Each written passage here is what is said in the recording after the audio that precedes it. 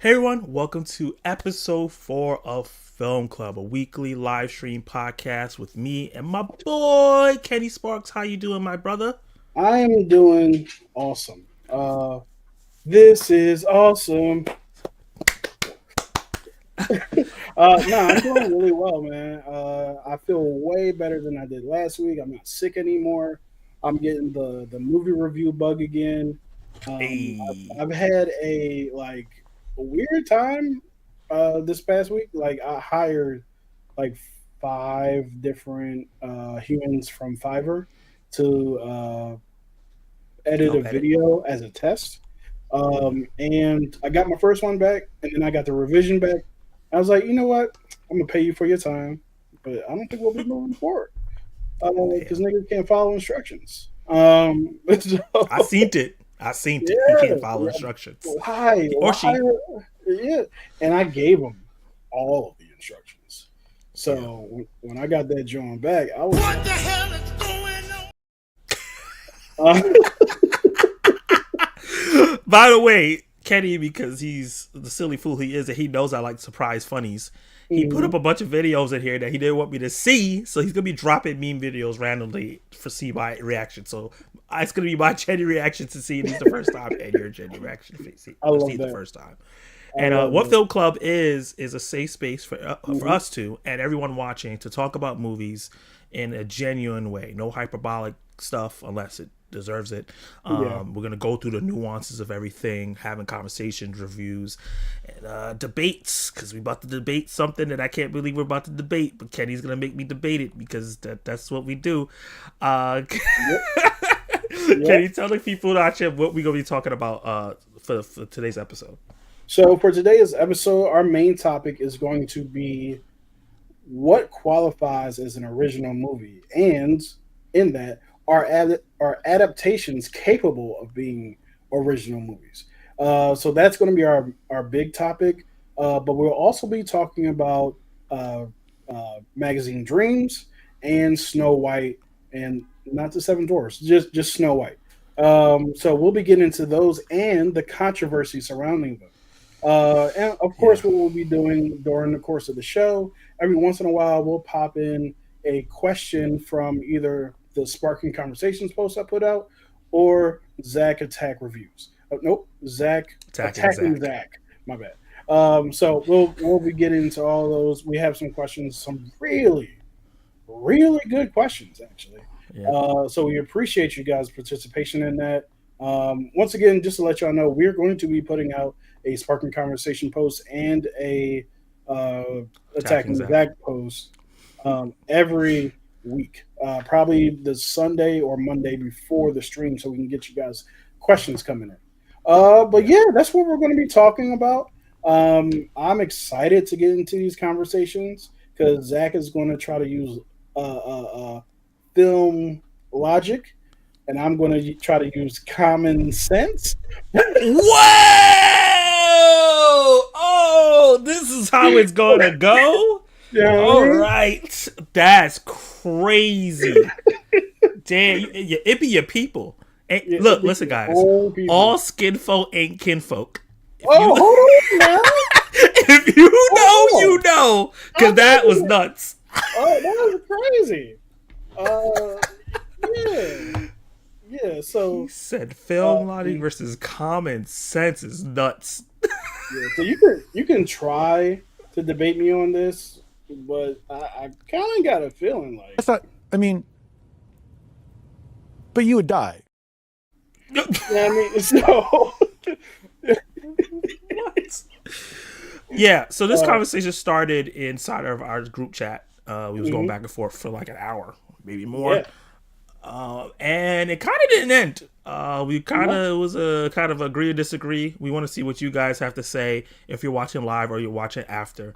So basically, the conversation started on talking about what is an original movie. This conversation kind of birthed from our last live stream where we talked about, people keep complaining about we need original movies, we need original movies, we need original mhm, movies. There's always remakes, there's always sequels, there's always prequels, and blah blah blah blah blah. We need more original movies in the theater. yeah, And spurring from that conversation, Kenny came up with the bright idea to tell me with a Mm, straight face and mm, full of confidence and a mm. balls of fury Yep. that adaptations are original movies. Yep. And I need everyone in the chat to really take that in. That adaptation, adapting something is an Mm-hmm. original film. And I need Yeah. to hear, while he explains his explanation, I need you in the chat to tell me how you guys feel about that. Yeah, please. Are we going into it right now? Right now? Let's go. Let's get it. Okay. Let's get it popping. So first, I actually want you to go first to lay down the foundation of what you believe it was what you believe an original movie is. Okay. So I believe an original movie is a film that is an original idea from the director and the writer. It can have inspiration, like The Substance had inspiration from The Fly, but it cannot be something that is an iteration or a deviation of something else. So if you heard a poem from someone and decided to make it in a full film, example, The Monkey, that is an adaptation. That's not an original idea. You didn't come up with that yourself. Hmm. If you are inspired by someone's book about someone's life, aka Oppenheimer, that is an adaptation, not a original film, because he's literally adapting the book and the way the book was written. So that's a movie that's not original. Original movie is like The Substance, where it's an idea she took from scratch and just made it. A lot of horror movies, like let's say Heretic, Hmm. I would say is an original movie because that's something that those creators made from scratch, brand new characters, brand new thoughts, and just made a film. So that is for me what an original movie is. A movie that is made from scratch, not derived from another source material. Yeah, I think Michael 101591 actually agrees with you on that. But in Michael 101591's uh, Explanation. comment explanation, it actually unknowingly Oh God. leads to why I'm right. And I don't know if you can hear my dog drinking, but I'm about to. No, Okay, no, he's good. okay, cool. Yeah, so let's talk about why I believe that what Michael 101591 has said actually lands to my point, which is an original movie to me, an original idea never done before, uh, and keep your interest. Now, I disagree with one part, but I agree with a different part. And here's how I would lay it down, right? There's several different parts to this. One is I believe, no matter what the industry says or whatever, that an original movie is any story that's never been made into a movie before. That's my belief. So, and the reason why is because there's two entirely different mediums.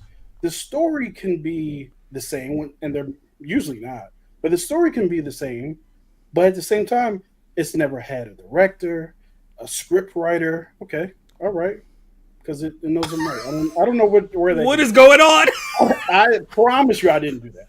But it has a director, a script writer, an actor or actress, and a crew, a Mm-hmm. um, a set crew. They got the boomsticks. They got everything right. They are Yeah. making a film, especially if a film has been made for the first time. It doesn't matter to me if the story has existed. What matters to me is an original film, not an original story. It's an original film.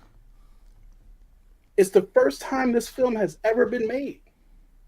Now, there's another type of original film, or there's another point behind my points, which is me and Zach had a debate about Captain America: Civil War. I'm That's going to why it's a say, thumbnail.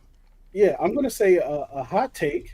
I don't even know if we have a hot take video, but Not yet. yeah, I think yeah, we We got to listen get to that. We Don't Judge. We got to get Yeah, that. exactly. Um, yeah, and I know like this is something that people have like this opinion on original movies has been said for a long time, but in, my response to that is What if the elders were full of shit? so that's pretty much where I'm coming from with it. So during our debate about Captain America Civil War, dang, I should have uploaded those pictures. You will see Thor kill Goliath. You'll see a 22, 30-year-old Spider-Man teaming up with Iron Man to reveal his identity to the world because he thinks that that's what's best for like his family and the country and supporting Iron Man and the Sokovia Accords, right? He's 14 in this. And actually the line from the comic is I've been Spider-Man since I was 14, right? So he's like 30 in that movie. What else? The Punisher saves Spider-Man after he gets his ass whipped while he's wearing the Iron Spider suit, and he is destroyed, and Punisher has to save him. Right? There's no Punisher in the movie, right? And then Captain America himself beats Frank's ass, not for what he did to Spider Man, but for what he did to criminals because he felt as though the Sokovia Accords applied to people who were like supervillains, and therefore he can kill them. I mean, Punisher was going to kill him anyway, but he actually killed them named villains. And lastly, the last thing I'll say is, oh yeah, that actually two things. Yeah, oh yeah, that Thor that was in the Civil War story and killed Goliath, he was a robot. Yeah. He wasn't even real. Comic books are wild, guys. Yeah. Thor had gotten replaced, and I think later on in the story, real Thor comes back and kills that Thor. Yeah, he does. Oh, I mean, there's so many different examples. Uh, Sue Storm chokes out of her own husband with with a bubble around his head because her husband was on the side of the Accords, and I think she was for a minute, but they were going too far. Right? They're starting to hurt people. So, and the last thing I'll say is this: the story opens up. I'm sorry. There's two things. The story opens up with a bunch of kids on a bus. The bus being blown up because a rookie team of superheroes essentially were reckless when they were fighting supervillains. The Runaways. Yeah, the Runaways, and they were up like at fault for the villains being able to blow up a bus full of kids, and that's when the Sokovia Accords came in, and this is the comics, right? And the last thing, Captain America is assassinated at the end of that story, and Tony's sitting over his body and says, "I was wrong." So all of that is not in the movie, and it's not that it's just not in the movie. And those are major points of the story. When we get to Captain America: Civil War, a movie I absolutely love, Peter's a teenager. There's no Sue Storm. There's no Punisher. There's no Thor killing Goliath. Goliath. Neither one of those characters are even in it. All of the things I just said don't happen in the comic book. Spider-Man never reveals his identity on his own because he believes this is a good idea, of course, as a 30-year-old man. But yet and still, it's not that I don't like that movie. I just think that that movie is an original film for two reasons. One, it's never been made before, so that checks off box one. And two, it is essentially night and day different from the events that actually happened in the comic. Like, this is the exact same thing with Infinity War.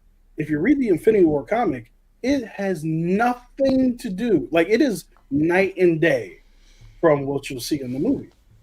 But it's not just comic book movies. Forrest Gump was a computer nerd and computer whiz in the book. In the actual movie, he's nowhere near a computer. Like, his job is working with computers. You know what I mean? So Nowhere near. this is why I think that adaptations have the capability of being a live action film, and hot take, none of the MCU movies, or I'm sorry, all of the MCU movies are original films because they are night and day in some points from what the comics are actually doing. So that to me is an original film. Two reasons: never been made before in the film uh, thing, so that's why I'm emphasizing original film, and they're very different from the events that actually happened. Age of Ultron was a long time. In the movie, I think it's a week and a half. So like, there's It, this. it ain't age. Yeah, they didn't age at all. Like, what age? He was there for 2 days. You know what I mean? Like, you can't claim age if you out here. So that's my whole thing. I know I went a little bit long on that, but yeah, I would love to hear your guys' responses and so on and so forth. Yeah, let's get into some of the responses, then I'll go. Mm-hmm. Let's see what some people got to say. Some people were saying hi. Days Avenue, what's up? Stacy, Oh, what's up? we Michael, went through some of those. Michael, Lawrence Report, all what's up? You Mm-hmm. answered this one. He said Snow White was a live action adaptation to me. And this one said I watched The Godfather. I feel like a true movie fan. That's funny. Civil War is an adaptation. Is an adaptation different from an original film? And I believe so, because without the original book, poem, movie, music video, whatever they aspired to make this movie, the film would not exist. This is why it's not an original. It's the first adaptation of this project, but it's not an original movie. It's not an original take on an idea, because Civil War would not exist without the Civil War comic. The fact that they picked Iron Man and Captain America to face off against each other and not Hawkeye and Black Widow is because the comic book did that, and they're trying to reference that for us fanboys to be like, we're seeing what we read on the big screen. The No, we are. adaptation, And that's my whole the thing. adaptation takes the essence of the book. Yes, it doesn't have all the characters, it doesn't have all the stakes, it doesn't have everything that was in the book, because it's impossible. Like Lord of the Rings could not adapt everything, right? Even with the 15 million hour film that it is, there's still things that they left out. Same thing with the Harry Potter movie, same thing with Terminator, same thing with James Bond. All these things that are adapting books from it before always leave things out. It's impossible. Even Watchmen leaves things out. Well, if you watch the 5 hour cut, it has everything. But who's sitting there for that? Yeah. So adaptations take the parts of the source material that they like and put it together for in the medium that is more condensed. Books are an hour, well, depending on how fast you read, are an hour long experience, especially them thick boys, right? Like I'm looking at Dune Honestly, I right worry. now. If they want, the reason why Dune is Dune Part 1 and Dune Part 2, because that first book's a thick boy, right? Mm-hmm. Because you could never put that into one movie for it to be coherent. The reason why Spider-Man is on Tony's side is because he was on Tony's side in the book. The reason why Sure. the Accords is a thing is because they get that from the Superhero Registration Act. Yes, they changed the names around, and there's certain characters that could not exist because the MCU at this point didn't have the Runaways. It didn't have, well, it kind of did have Punisher, but they They weren't did have the bringing him, Runaways. huh? They had a whole. They did have the Runaways. They had a whole TV show. I don't. Was the Runaways on before or after Civil War? I don't know. I, Look, I, let I me think the check. Runaways came after, because Agents of Shield was on season 1 when Civil War happened, and I'm pretty sure Runaways was after Agents of Shield. Mm-hmm. So I'm pretty sure Runaways happened after Civil War happened. Because I don't think, yeah, Runaways didn't start before Agents of Shield, because Agents of Shield was like one of the first superhero shows that were popular around when the MCU was popping.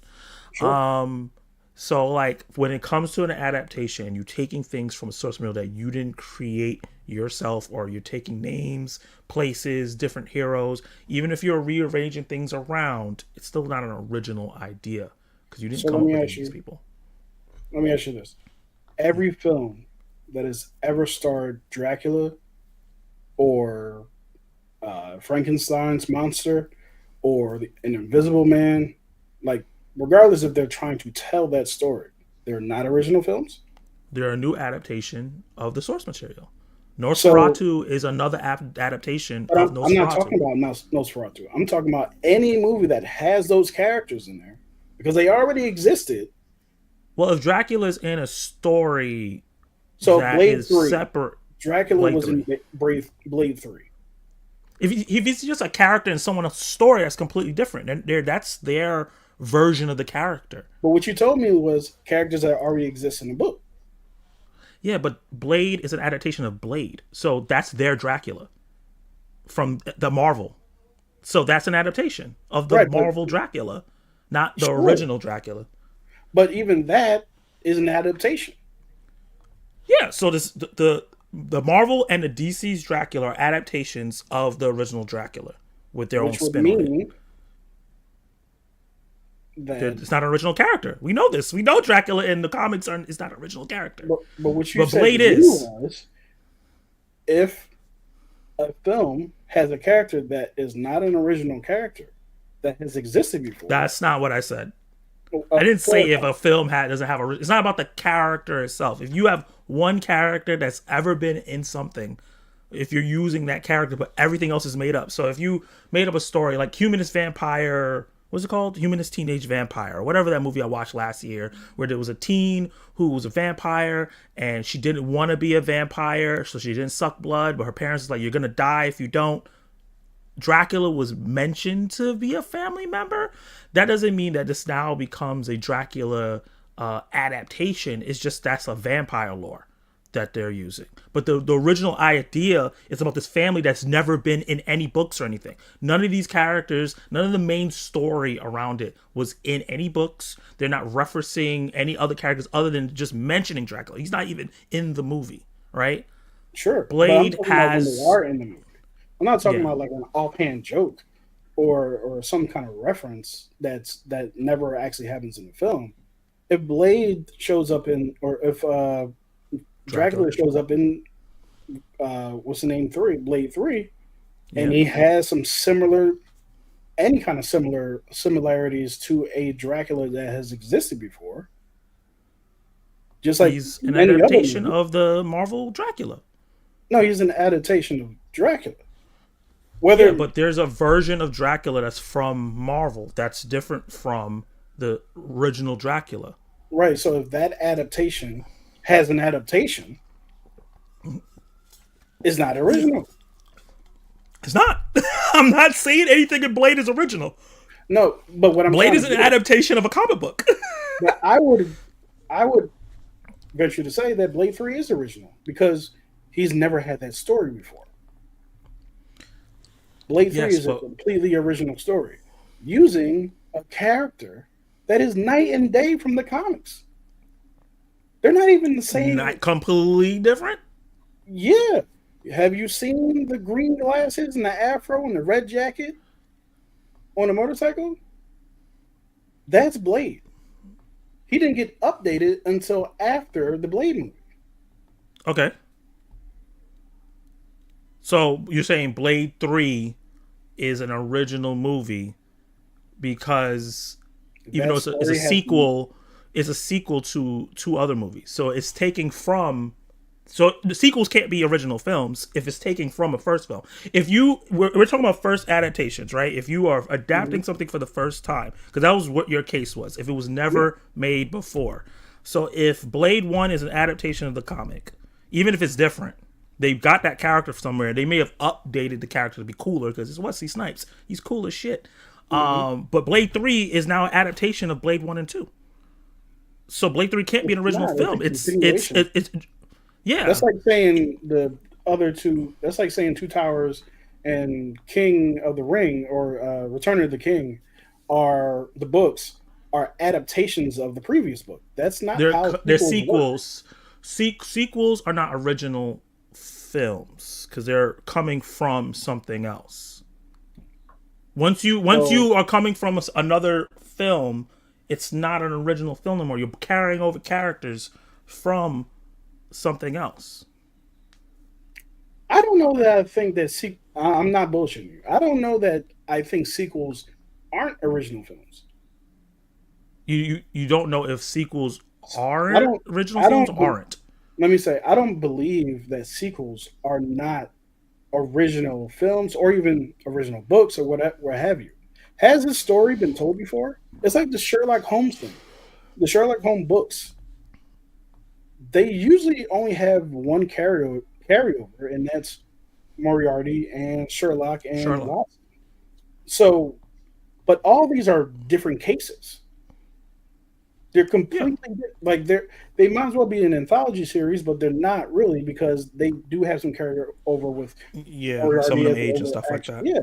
So if it's a Yeah, new book and it's a new idea for these characters, okay. I don't think that that's not an original story. It's a new story within a world that already existed. Right, but that story is original. Yeah, the story is original, right? The story, well, original is it's weird that you say an original because it has characters that already existed. So it's not 100% Sure. original because we're having characteristics, a world, and everything that was already built upon on the past that's happened. It's not like they started from scratch.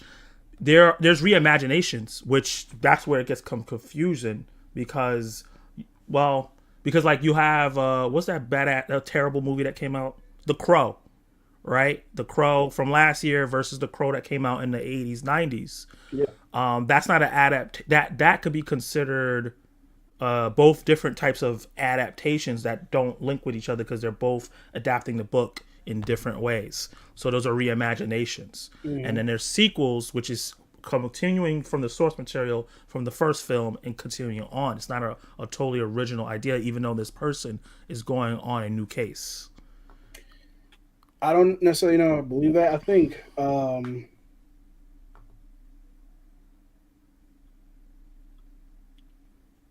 like oh wait, let me get to the first one. I don't think a sequel to an original movie should be considered unoriginal, and I agree with that because Okay. uh, uh, what is that movie called? Batman Begins and Dark Knight Rises are three totally different stories. They have some character crossover, but Mm-hmm. Batman Begins is not Dark Knight.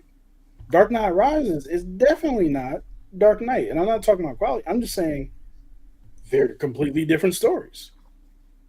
Well, that's just Other than tone because the tone of the movies are different. They tackled it in different genres. It's the same character going on the same character arc with characters crossing over. Like but that's Bruce Wayne's part of character arc is storytelling. clear. That's Yeah, of part of course. storytelling. But So, there's no problem with adaptation sequels and remakes. That's not what we're saying. oh, I have That it's no not issue part of with that. storytelling. Me More neither. sequels, more remakes, especially of movies that are like not hundreds, but like over like decades old. I don't get all in my feelings about remakes because a lot of your favorites Yeah, from the '80s are remade. are Like the remakes. thing. The The thing Thing, is not the 1982, original. The is a Fly remake. is not Yeah, original film. It's a remake of a different Fly that's not as good. Um, and the thing that we like is the better version of the other thing. Look, yeah. Scarface. A lot of people don't realize is a remake. That's not an original idea. It I came out did not know that. exactly. Came out Yeah. way before that, and it was this the version that they made is the definitive edition, but it's not an original film. It's So a it's not, reimagination of it. and I agree with that because it's been made before. Yeah, In the it was a film that was made before, yeah. I not see just what a you're trying to story say, that was made before. but if you are adapting other source material, I can't count it as an original idea because you did not create it from scratch. You took it from somewhere else. Even if you find a way to finagle stuff. But you're stuck on the word idea. That's not where I'm at. Literally, what I'm coming down to is, Yeah, or I'm sorry, story. That's not where I'm making my argument. you're talking about the It's medium. a film that has never been made before with actors, directors, screenwriters who have to rewrite what they can use and production budgets and sets and all this stuff that you had to envision in your mind for most novels. Now I have to create what I think that looks like. Depending on if the book has So pictures or not. Yeah. yeah, that's why I said novels.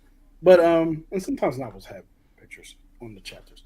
But that's my, and I don't want to keep us here the entire time. But that's where I make my argument. This movie, completely different medium with completely different requirements, has never been made before. So if a movie didn't exist and now it does for the first time, it's an original film. Film. I think it's a first Film. time adaptation. I don't think it's an original film. That's what it's the first time this medium Let me is just ask being you this. adapted. Let me Yeah. just ask you this. If a movie didn't exist before Yeah. and now it does for the You first got to time, think about the nuance. You can't just say just because it's the first time that someone made a movie of this book that it's an original film. It's an but it adaptation. literally is because it's never been made before. That's fine. I get what you're saying. It's I understand film. what you're saying with that, but Like, it's not an original. It's an adaptation. That's why we have adaptation awards and original screenplay awards because there are films like Anora that's not based on anything, and there's films like Dune, which is better than Anora, that's adapting something, and that movie would not exist without the source material. so you're going by the Academy's rules, I'm just going and by what I think makes sense. It's not. I'm just using that because it just makes the most sense to me. I'm not saying because the Academy rules all because they don't. They make mistakes all the time, but that and they makes the did, most sense to me. and they did with this one too. How they categorize original films and adaptations, or as a matter of fact, adaptations are worthy of their own award because that's not an easy thing to do, right? Neither is No, an original film. Like none of them are. But I'm okay no. with the separation of I'm not okay with the separation of original screenplay. But What do you mean? because it's the first time it's being written. Like books don't But provide you a screenplay. they kind of do. They No, give you the beginning, middle, and end of the story. You just take it and change it a little bit. But if you're doing an original screenplay, you start it from beginning to end with your own characters. is a book a screenplay? A book can be a screen. Yes, it can be a Is a screenplay. that's not how screenplays and novels and comic books or whatever you want to have are completely different skill sets. 1,000%. You can't So go, they're but that's not why you get awarded for adapting a book into a screenplay sure. because you're taking something that you couldn't just put on the screen like that and taking the parts that you can use to make it digestible for the medium. But you wouldn't be So able to to make it that point, without the original product. if I have to modify how I'm telling this story so that people can actually use it in a 90-minute, hour 20, or 120-minute, or whatever it may be, How long? 4 hours, depending. 4 hours sometimes. On top of that, like I said before, actors, directors, blah blah blah blah blah. Yeah. It's an original film, and this is closing arguments because we've been on this for like 30 minutes. Yeah. But yeah, I think let's see what people are saying. Zach said like John Wick sequels are Ballerina. Ballerina is a prequel to John Wick 3, I think. sure. So Did that story exist uh, before? did the story exist before?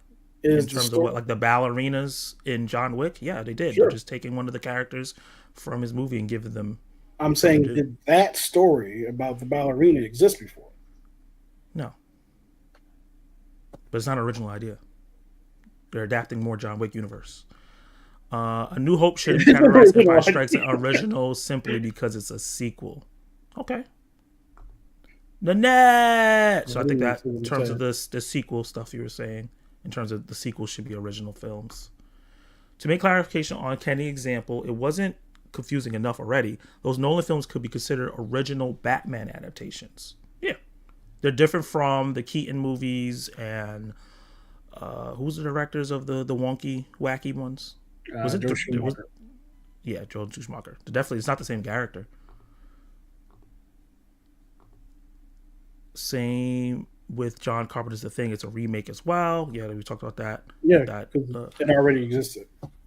would you like to watch Dart's version of King's a Comedy? I'm not sure what he means by that. Anything coming? I don't. I've Because never there's heard a of that. King of Comedy movie that's like one of those taxi driver kind of films. Oh I yeah, didn't know that.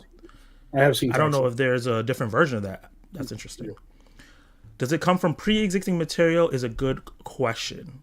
That's what we're debating. If a movie comes from pre-existing material, he's saying it's an original film because it's the first time it's being made a film. I'm saying that it's an adaptation of something, so it's not an original film. That's like the debate here.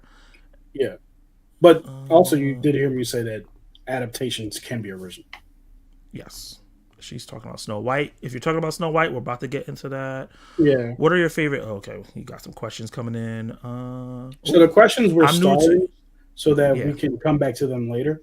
Yeah. Just so we can flow with the show. Yeah. Yeah. Charlie Hersbert. I'm probably saying that wrong. Welcome to the live stream. Says new to our live. I'm new to your lives, but hell yeah, Dune was Welcome. miles better than Nora. Thank you, Charlie. I don't know how Welcome. the hell. Let's And I like it, Nora. It's in my top 10 movies of the year. It's in my top 30. It's not Dune. It's not, dude. Yeah. Okay, so Speaking of top 10s, we should do some of the Spartan conversation attacking Zach. got you.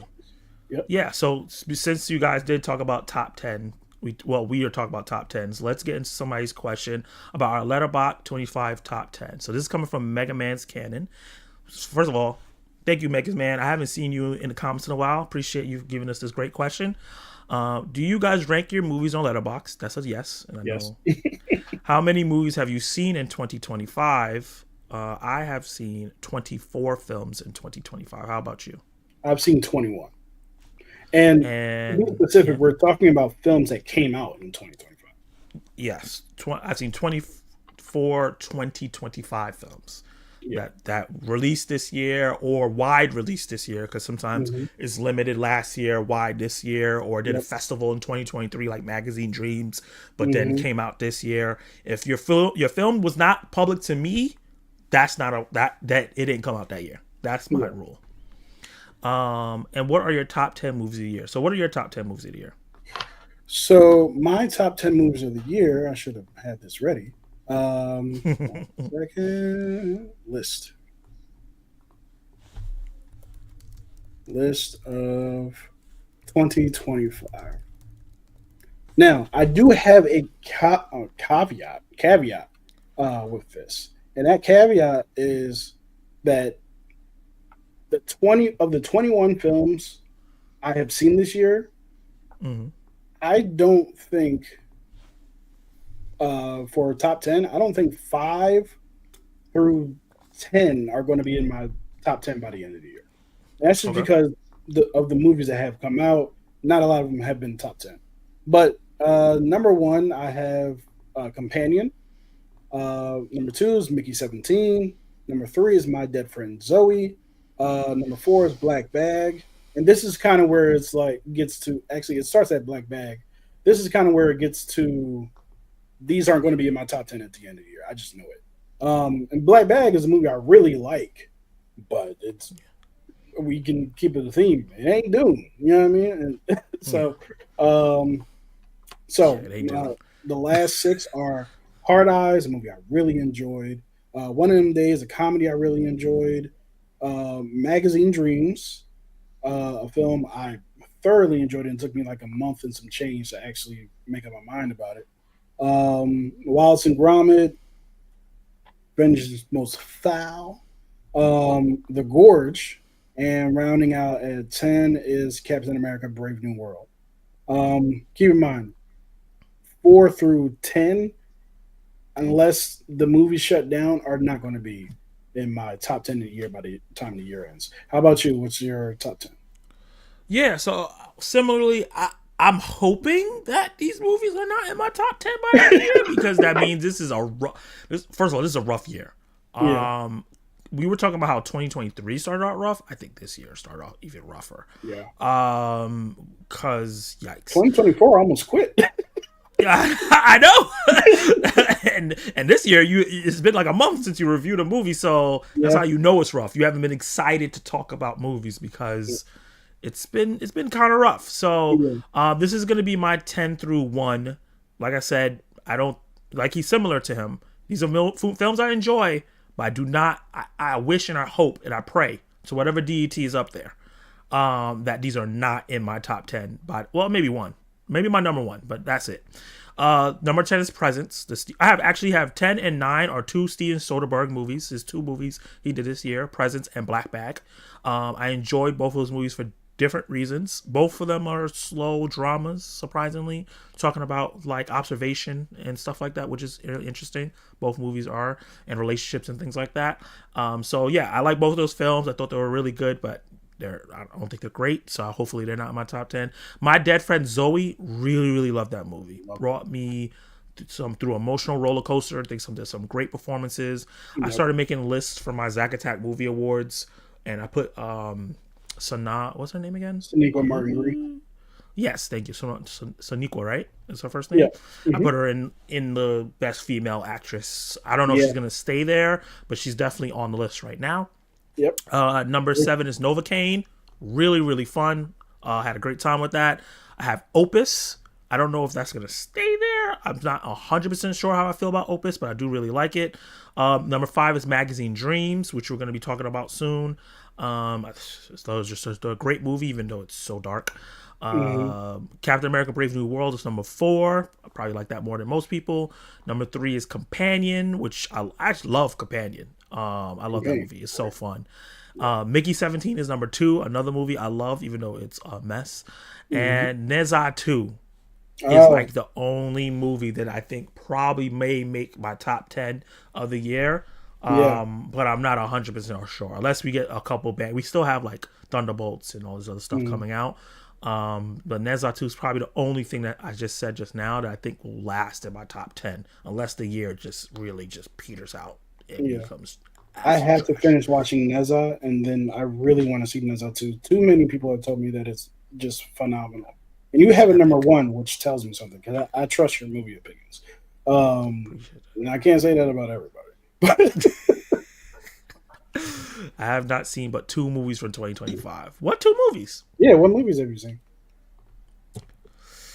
Okay, speaking of movies, let's get into Snow White versus Magazine's Dreams. I guess this goes more into the original versus sequel remake ideas, adaptation things we were talking about, right? Like people have been shouting out loud about adaptations versus original movies. We have 2 movies, one an adaptation, one more of a reimagination, I guess, but same old, whatever. It's a lot of the same shit from the first movie from 1937, and then Magazine Dreams, which is a completely original movie, has similar ideas from other movies, but it's definitely not what I expected. So first off, I want to hear more your what you think about Magazine Dreams first, because your reaction to it was hilarious, because you were live talking to me about it as you were watching it, and it was mad funny. So how do you feel about Magazine Dreams? We both got screeners for it, so I was talking to him about it while it was going on. But well, first thing I have to say is this is a phenomenal performance by Jonathan. This is wild how good he was in this movie. Yeah, this might be his best performance that I've seen. Because the only other thing, like last Black Man in San Francisco, that I really felt like, oh, he's putting in work. You know what I mean? And not that he's been bad in other things. It's just like there are certain roles that elevate you, or that you elevate, right? On a different level. So, Jonathan Majors was incredible. I loved how the movie did swerve me. From the trailer, I thought this was going to be an inspirational bodybuilding movie. The movie is anything but that. The movie is like a warning to people, not just bodybuilders, but anybody who obsesses over like becoming great, so much so that it's to the detriment of themselves and the detriment of others. And I really like the scenes that are the most awkward in the movies are the scenes that are the best scenes in the movies. Yeah, The scene at the with him and the girl he was interested in his love at the interest. diner. Yeah. Oh my god, I wanted to jump through the screen and save her because I'm like, this is not like This is a sick Negro. so. Sorry, guys. This is once again him surprising me. I did not know that was coming up. That was so loud. I'm sorry. uh, But Oh yeah, shit. that's pretty much how I felt about it. And you wanted me to just give my overall feelings, right? Yeah, go ahead. Go ahead. Keep going. Okay. So the parts that I really liked were that unlike certain movies, when something happens, there's consequences. He breaks into a paint shop Mm. on a bit of a revenge, honestly, in a crazy overreaction. Um, like a wild overreaction. And those people who are painters come back and deal out some what some folk would consider to be justice, even though I don't. I think that they also went a little too far. Not a little. They crossed the Rubicon. They're like they were over. The line is Over, here, and they went all the way over here. right. Like so, there's a lot of intense back and forth like that throughout the movie. Well, with those characters, the painters and him, that were like, hey, everybody needs to chill out, right? Oh my god, the scene where he catches one of the painters in the diner, my Ooh. lord, Talk about intensity. intense. Like I was scared for everyone. And the funny thing is, he makes you feel sorry for that one painter in that situation because of the painter has his family with them Mm. and all this stuff. And I get it. He screwed you over in a very physical way, and not sexual, but like Yeah. they beat his ass, right? Bad. So It was bad. bad. Yeah. So I understand the idea of on site, but his on site It's was crazy. like, hey, maybe we should calm down. Because it wasn't just him that he threatened. It was the entire diner, and I was like, yo, and he was in there so long doing that. I'm like, you gotta go, like you gotta leave. Yeah, I Um, was like, when is this scene gonna end? Because normally in a movie, that scene would end a lot faster, right? yeah, And it just kept going, and I felt like it was getting to a point where I'm like, okay, I'm very uncomfortable, which is what the movie wanted. yeah, exactly. And the longer it went for me, I was like, he's going to shoot these people. Like, there's no Yeah. way he's not going to shoot these people. And then, yeah. So, um, yeah, I'm like half in, half out with like spoilers because I don't want to, because I don't think we Spoiler. announced this as a spoiler conversation. Yeah. So I'm trying to keep it like vague. He has a relationship with that his not mentor but his idol. Um, like Wait, all before of you it, get to that yeah, awkwardness, right? yeah. Let's talk about before the diner scene. They Mm-hmm. attack him at the they attack him, At his and then he home, yeah. goes to the show. Oh my That god, was one of the most intense, awkward, secondhand embarrassment, but also like extreme empathy yeah, that I've ever felt. Like the only thing I can compare it to is when in Pearl, Mia Goth's character goes on okay, stage to yeah, perform, and it mm-hmm. was just, I guess she just in her head she did a good job, but apparently she did a bad job in He did reality, horrible, and yeah, she could not handle it. It's not. It's actually worse than that. It's actually mm-hmm. worse than that scene, but that's like what I could compare it to without spoiling.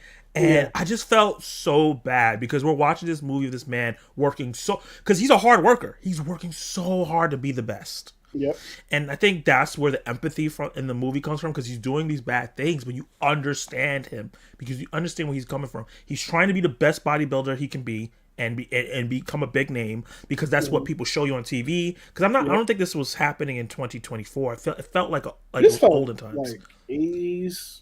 early '90s, some mid Yeah, because they had the '90s, big something like back that. TV. He didn't Oh have a yeah, cell yeah, yeah. phone. There Hmm. was still a house phone on the wall. So this was an older time. Yeah, And back then, they advertised these things. This is the only way you can make it in life.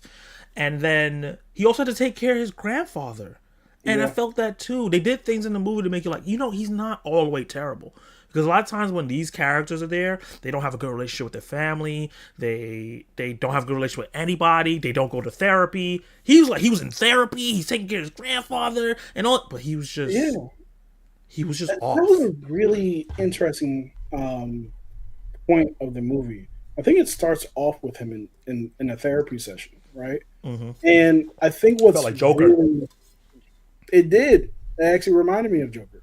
I think a really interesting idea that comes from this movie is going to therapy, and I'm a huge advocate of going to therapy. Me too. I need to be, man, I be me. This is a sick Negro. Like, I don't be wilding like Killian Maddox, the main Nah, character. what a Be name! wilding. What a But name! yeah, it's actually a great name. That's a superhero name. Yeah. But yeah, just because you go to therapy doesn't mean that you're automatically cured or cured in a short amount of time. I think some people, not all, think that going to therapy is what cures you or what has No. uh, what makes you better and quickly. That's not the case. No. You still have to do the work, The right? work. Yep. Yeah. Yep. So And he just wasn't. attending a session isn't good enough. You still got to do the mental work to recover from what you're trying to recover from. And I thought that was a really interesting point that he is going to therapy, but he's very much still And what he says to her in terms of like thanking her for trying, I thought that was interesting yeah, because he understood that she was trying hard, and that's probably why he kept going. But it just it's something inside him couldn't get the work done. yeah. I find that very, very interesting as well that you bring that up. But you were gonna get to him and his idol, which is another great theme, kind of that Eminem Stan culture thing. Yeah. Oh, yeah. Because, like, I think what was strange to me, and there are a couple of strange things.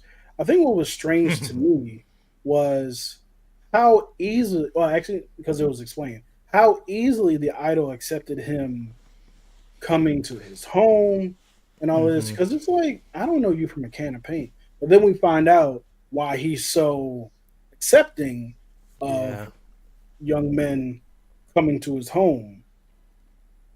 yeah. Oh, And really? young men that he feels are vulnerable. I think that's the key Exactly. word And because it's that's what he funny was. that you say that, and it's a good point because this Adonis bodybuilder is vulnerable, Good. That's good. That's a and good it quote. having muscles does not mean you can't be taken advantage of. You know what I Exactly. mean? The Terry Crews. Oh yeah. Big bodybuilder, strong, Hmm. knows how to fight, but was taken advantage of. He didn't even know what to do when it happened. And what Right. happened? People made fun of him. So it's like it's Yeah. not even a thing where you can go and tell someone. Imagine if he would have went to go tell his grandfather. What would have happened? Oh What he would yeah. have said to him? Man up. So like it talks Yep. to like toxic masculinity as well. Like yeah, this Hmm. movie unpacks a lot of different things without like diving deep into it. Yeah. But yeah, I think you made a really good point there. Yeah. So those are my like overall thoughts and feelings about the movie. The movie eluded me in terms of being able to decide whether or not it's a good movie.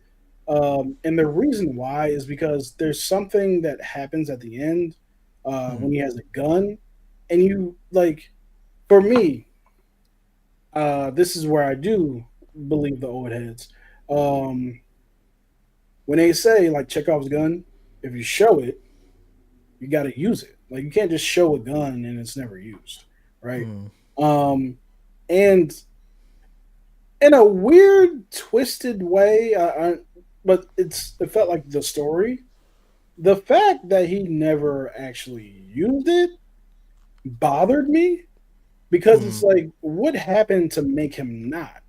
You know what I mean? It's like he was ready. He was riding around and potentially getting it right. So it was like, okay, that felt awkward. And at that point, I was like, so what is this movie trying to say? Right? You take this man to the edge, and then he doesn't go over it. Now I think about it differently for two reasons. One, although it can be reality, this is not something that doesn't happen. I don't know if you want to end that movie about a gentleman challenged with mental health issues and has been taken advantage of. Well, I get the taken advantage of thing because people movies get revenge for that all the time, but it's more so like the unhealthy, like the mentally challenged person that he is. I don't know if the writers and directors wanted to send that message that mentally challenged people are dangerous. So I kind of, if that's the reason, I kind of understand why you would go that route of not having him actually, and Go through it. a Yeah. big black man Yeah. dealing And, with mental health issues, which most of the time gets discounted because he's a big black man. You know what I mean? and I think that ties into one of the questions that we're going to ask. I just wanted to make a point on what you're saying. I think the point that they were trying to make in this film was this is how people went, the people that you see that go over the edge or almost go over the edge, because there's stories of people that almost did it but Yeah. got caught or didn't end up doing it for whatever reason. And I think they were trying to say, and this was like a positive of the movie, and this is also a negative, and I said this in my review. It was him remembering his mother's love. I think that stopped him. And I think that it would have, what's up, Collector Movie Man? I think that would have stopped him.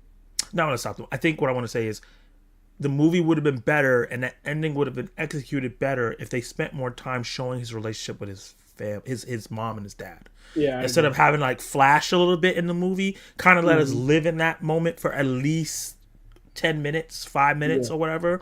Yeah. And then when that moment happens at the end, you get it. Like he lacks them now, and this is why he's where he is. And I still think that happened. That's the message that gets across. But in the moment that was going to fully take him over the edge, he remembered her, and that's what stopped. We have a good question from Collector Movie Man.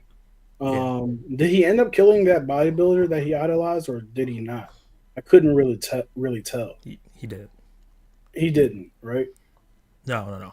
He imagined it. Mm-hmm. And that's why that scene, like if you look at when he kills him, that scene is the most cinematic moment in the movie. If you notice, anytime he's in his head imagining what he wants life to be like, it gets really cinematic and movie-like. And then when it's reality, it's really dry and kind of like realistic and awkward and like real life. Yeah. And I think that's like that. Whoever this director is, I need to see what he does next. He did a really good job of directing the film. Find his name. I can find it right now. Yeah, while you do that, let me go to some questions. Zach, can anyone join this live stream with you and Kenny, or is just you and him? So right now it's just gonna be me and Kenny because we are still developing the live stream. We're still developing our chemistry and how we want it to be. Eventually, we do want to have guests on, but we'll let the guests know ahead of time because we want to make sure you're prepared for like the topics and stuff. We don't want just people just jumping on. Yeah. I thought Magazine Dream was really good. I don't know if it'll be a movie that I rewatch again. I can understand that, but it was good because it's a hard watch. The end was not what I expected, so I have a question. Okay, and then that was the question you had. Yeah, I'm trying to look for any other comments related to this. Oh, I have it right here. Ooh, let me move this. This is what I was thinking to lead it into. This is from Tennis Reaper. Do you think they should have brought back Jonathan Majors as Kang the Conqueror? I think this ties into this movie and kind of the controversy because we wanted to talk about the controversy. Let's get into the controversy. Yeah. Jonathan Majors, who I think is a great actor. I think he was going to be one of the great actors that we had as this generation. He was doing this, right? Like he had the Marvel deal. He did a great hit TV show. He had the quirky movies. Like he had the quadrants, the A24 neon people. He liked him, all that stuff. And then unfortunately, he got into a domestic dispute with his spouse. We all know. I'm not going to recap any of that information. Right. But me and Kenny saw this movie in advance. And I remember when we started talking about it, and we thought this is the worst movie for him to have to come out Yep. after this. Yeah. And then the week it drops, the story about him admitting to assaulting the young lady comes out, and it's like, yo. And I know some people feel like it was a hit piece because I think he got married that day too. Yeah, it's definitely a hit piece. It's definitely a hit piece. However, he admitted to assaulting this one. Like, hit piece or not, we can talk about that all we want. But the end result was he assaulted a woman who he was dating.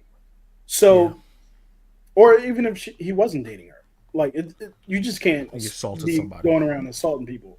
You know what I mean? So it was a hit piece for sure, but that furthered this is the worst movie that could come out for him right now. And it's mostly because he spends a good portion of the film like stalking a woman and almost nearly harming her. And it's like, this is a terrible. And just his aggression throughout the film. Aggression, you know, the thing you're talking about, the store, and then what happens with the judge. We didn't even talk about that. And in the hotel or in his room or whatever. And then I forgot about that. I haven't seen this movie in like over a month, so I forgot. It's been like a month since we saw it.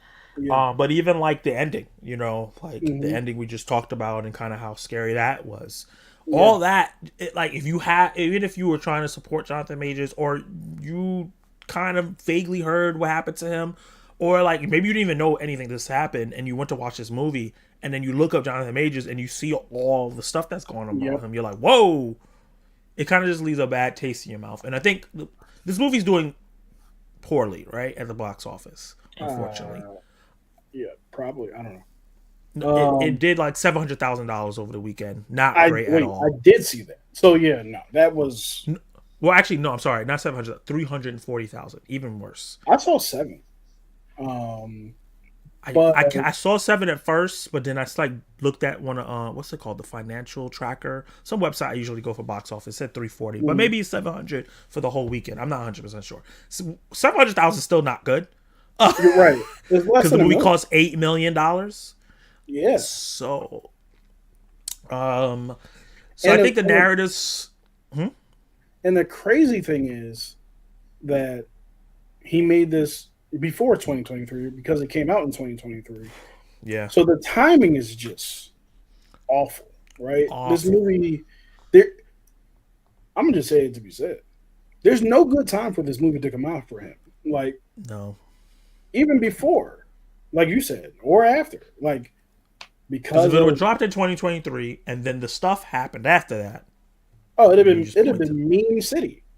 You know what I mean? Because you have all the access to him playing a crazy character not crazy, a mentally disturbed character like this. And it does have 80% on Rotten Tomatoes because it is a good movie. And I think that's really totally fair. Let's see. Audience score is 92%. Yeah, I haven't seen one person who watched this movie not like it. That I've talked to. You know what I mean? Like, it's a really good movie. It's captivating. Yep. The director and screenplay writer is Elijah Bynum. Did a great job. Yep. I'm looking forward to his next project. And he is a bad man. Yes. So, dealt a bad hand because he didn't know when he picked up John. He picked up Jonathan Majors thinking, "Oh man, I got this rising star. We about to kill it." And it was supposed to be distributed by Fox. Well, it's not Fox anymore. That's right, but Searchlight. They dropped it. Yeah, it was supposed to be distributed by Searchlight, which would have been huge for this film. It would have been way bigger. He probably would have been on news shows and all this stuff, doing a tour for it. But unfortunately, this controversy really hurt it. And talking about controversy, let's start talking about Snow White. Another movie that came out this weekend that probably hurt the chances of Magazine Dreams making any money because Snow White was so big I and mean, it's very popular character. it's a very popular character. Snow White, man. Tell me your general feelings about Snow White. Why are you laughing? Because I already know. Yeah, I didn't like this movie. This is my Yeah. least favorite movie that I've seen this year. I gave it a 1 star on the good old letterbox. But what I will say is, just to make it crystal clear, it has nothing to do with Rachel Zegler or anything she said. It has nothing to do with the door, because for me, the dwarves being animated, it looked fine to me, and it worked Me for too. me. We talked about why, so I'll let you take that point.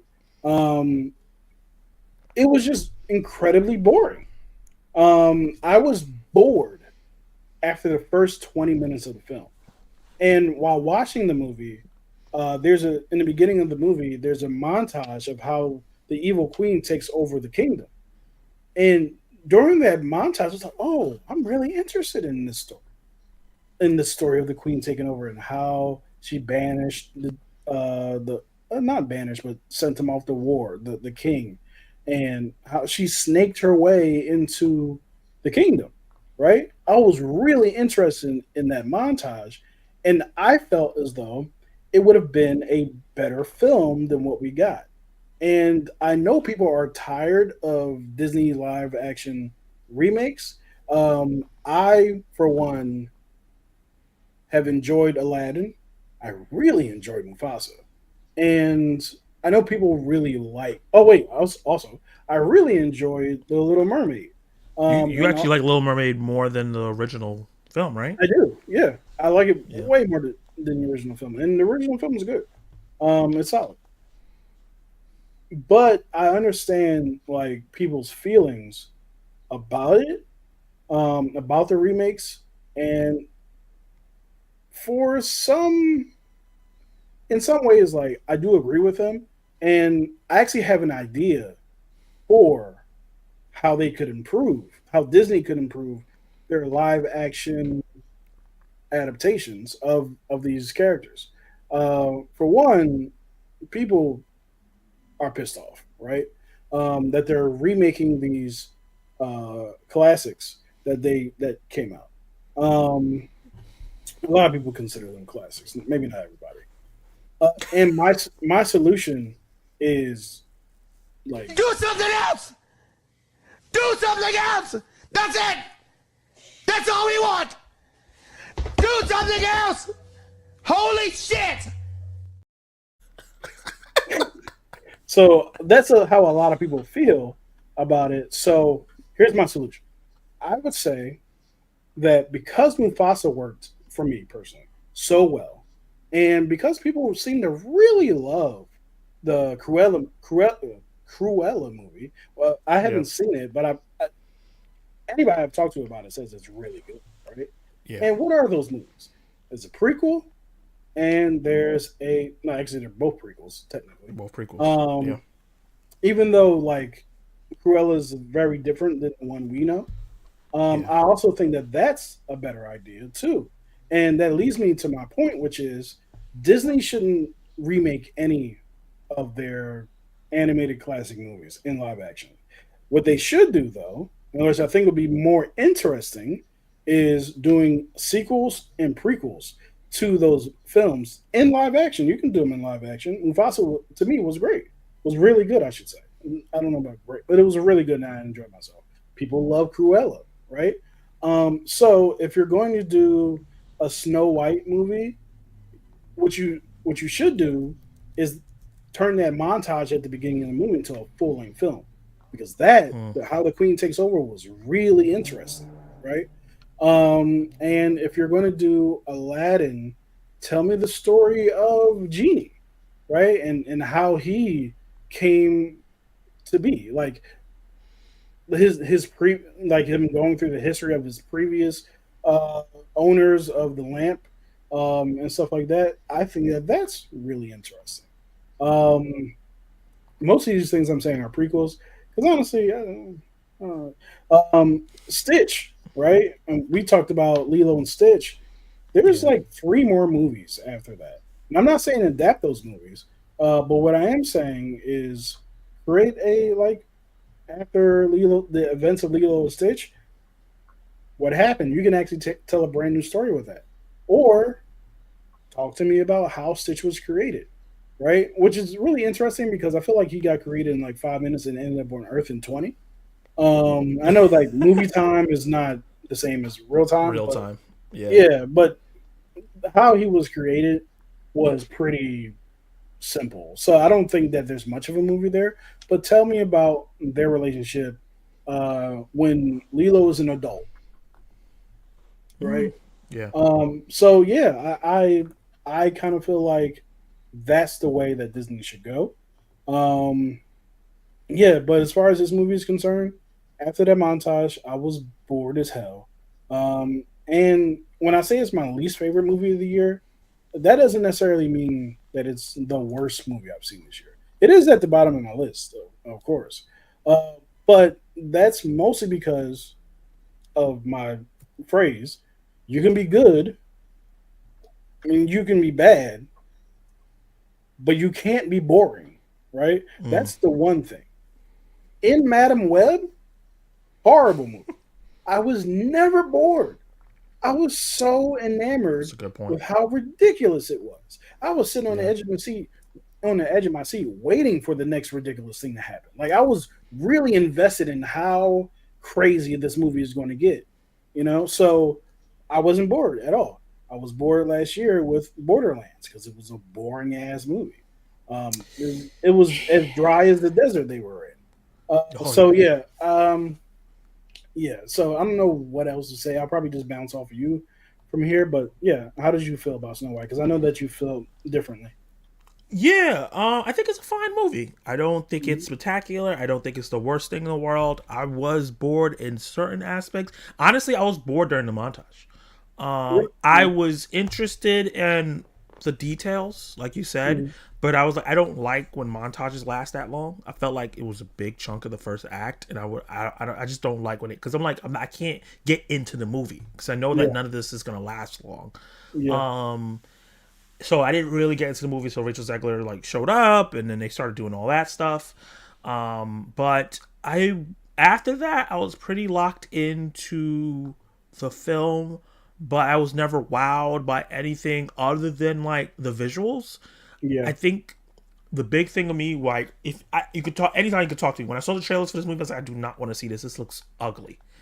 But Same time. then yeah, and even like the set pictures, right? They showed the set pictures like this looks terrible. The dwarves look terrible.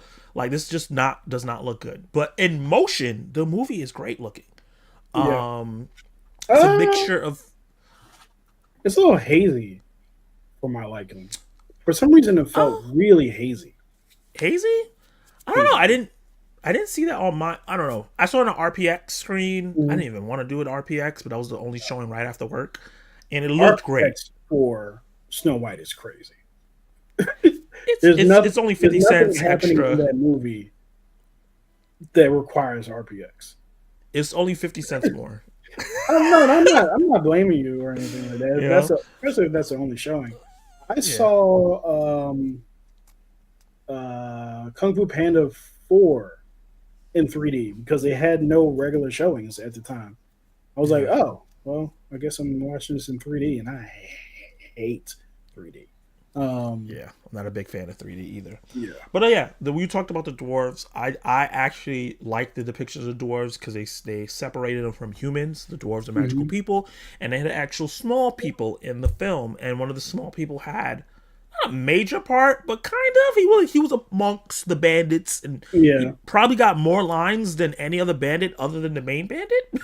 right, Yeah, so I like that aspect of it. They could have gotten small people to be the dwarves, and that would have been fine as well. I think sure. Rachel Zegler was fantastic throughout. I think she's. People were trying to say like she's one of the worst actresses. That blows my I mind. don't know what crack they're smoking, um, but they need to I don't move know. It's that brands. good stuff.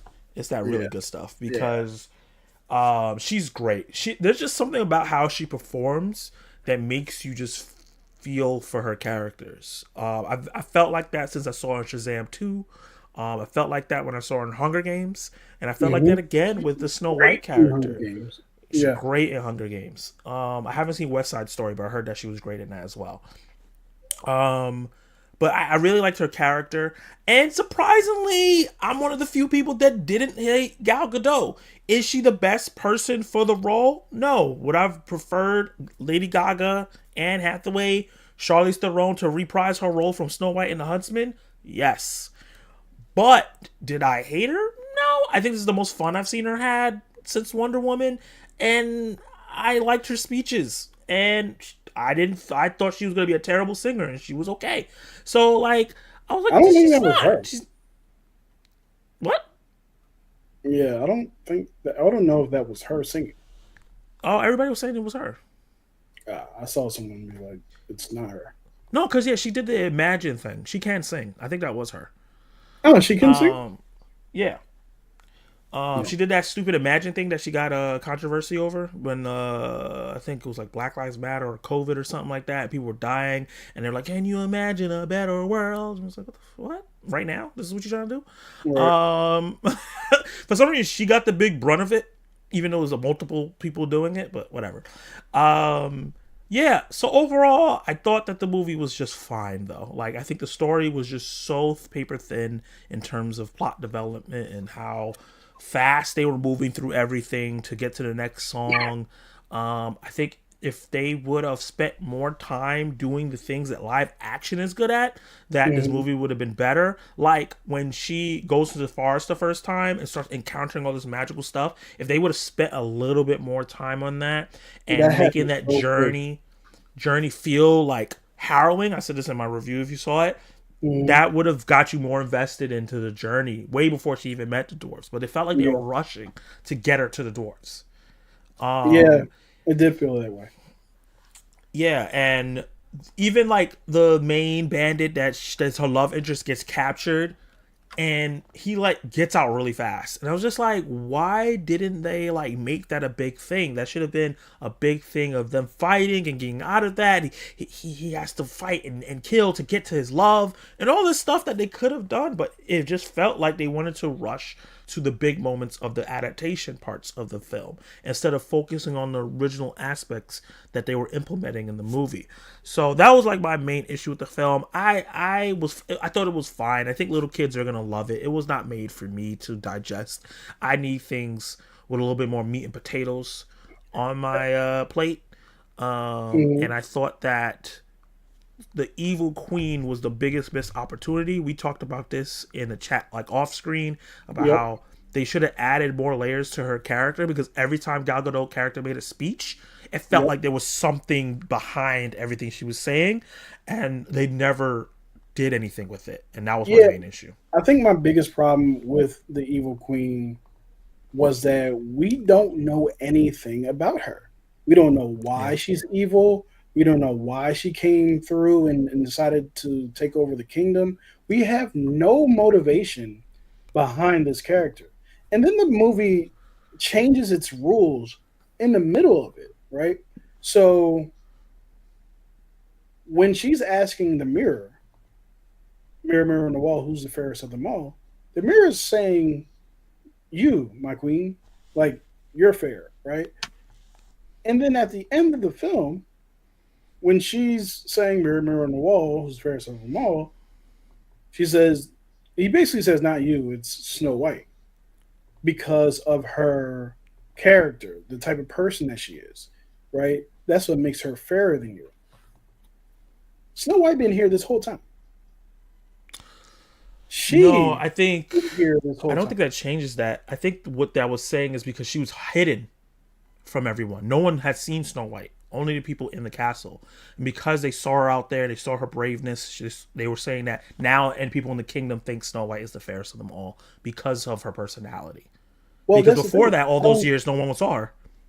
but that's the thing. I don't think anybody ever thought the Evil Queen was fair.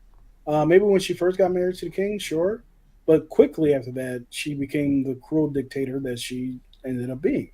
So for me, it's like you were talking about looks before, and now you're talking about the type of person you are, and it's like you change the definition, in the middle of or Right. at the end The of the end. story, Yeah. which doesn't make sense for the beginning of the beginning of the story. It's like at no point was Gal Gadot's character the fairest of them all. You know what I mean? Because She was there's trash. good people throughout the kingdom. Yeah. Yeah. Yeah. That's the whole like brunt of the story is like these people are good and they're being oppressed. So at no point was she the fairest. I don't know if the Well, mirror we was don't know. just scared of We don't her. know if they're actually good, but yeah. They better than his evil queen. And actually, the story starts off with man, these some good people. That's They true. It they was like, help each oh, this is a happy other. kingdom. Everybody's Happy great. kingdom. Everybody's having a good time. We sharing apples. This is a Yeah, socialism group. We all right. even up in here. Yeah.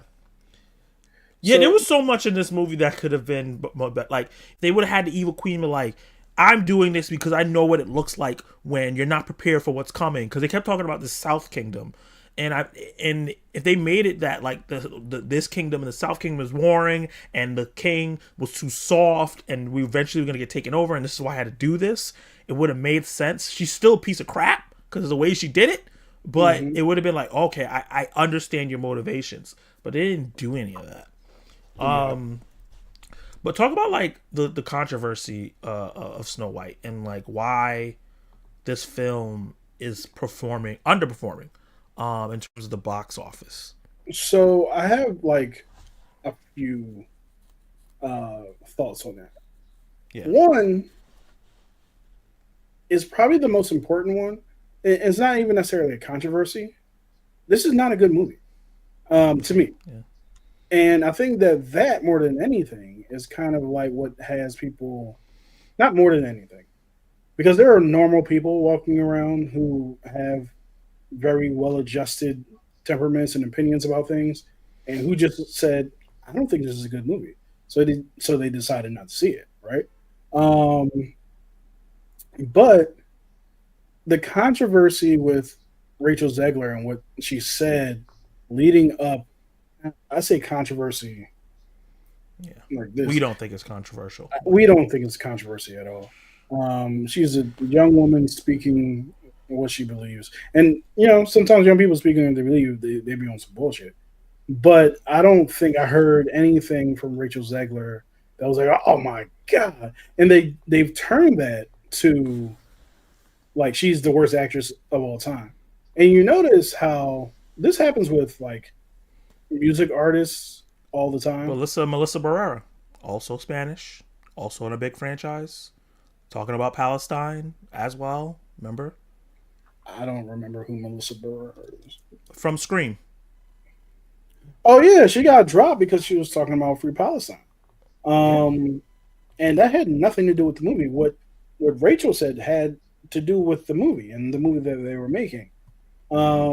And it's like I No, but think that people also got mad at Rachel for saying free Palestine. mm, She during D23 when they were like doing promotion for the movie, she was like, "Oh, I'm so happy," blah blah blah blah blah, and then she said, "But we also need a free Palestine," and that ticked off a lot of people because they were like, "Why are you bringing politics into my Disney World?" And that added on to also the outdated thing she said. yeah, it's so funny because it's like you ask people with power, and make no mistake, Rachel Zegler has power. She has enough money to have power. Yeah. Um, we ask people with power to speak up on important issues. But then when they do it, you're like, oh, why are they talking about politics? First of all, the funniest thing is asking someone why they're talking about politics like they're not living on the same planet as us. With the whole, you remember the whole shut up and dribble thing? Like, why are these Yeah. basketball players talking about politics? What do they know about politics? They live in this country. Yeah. What are And you it's talking? They affecting them and bounce. their family.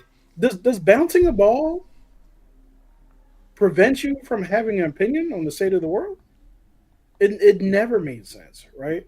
And then you have people out here in these streets, in the internet streets, uh, saying just asinine things. Whether they're trolling, I don't know. But like this that I saw earlier today.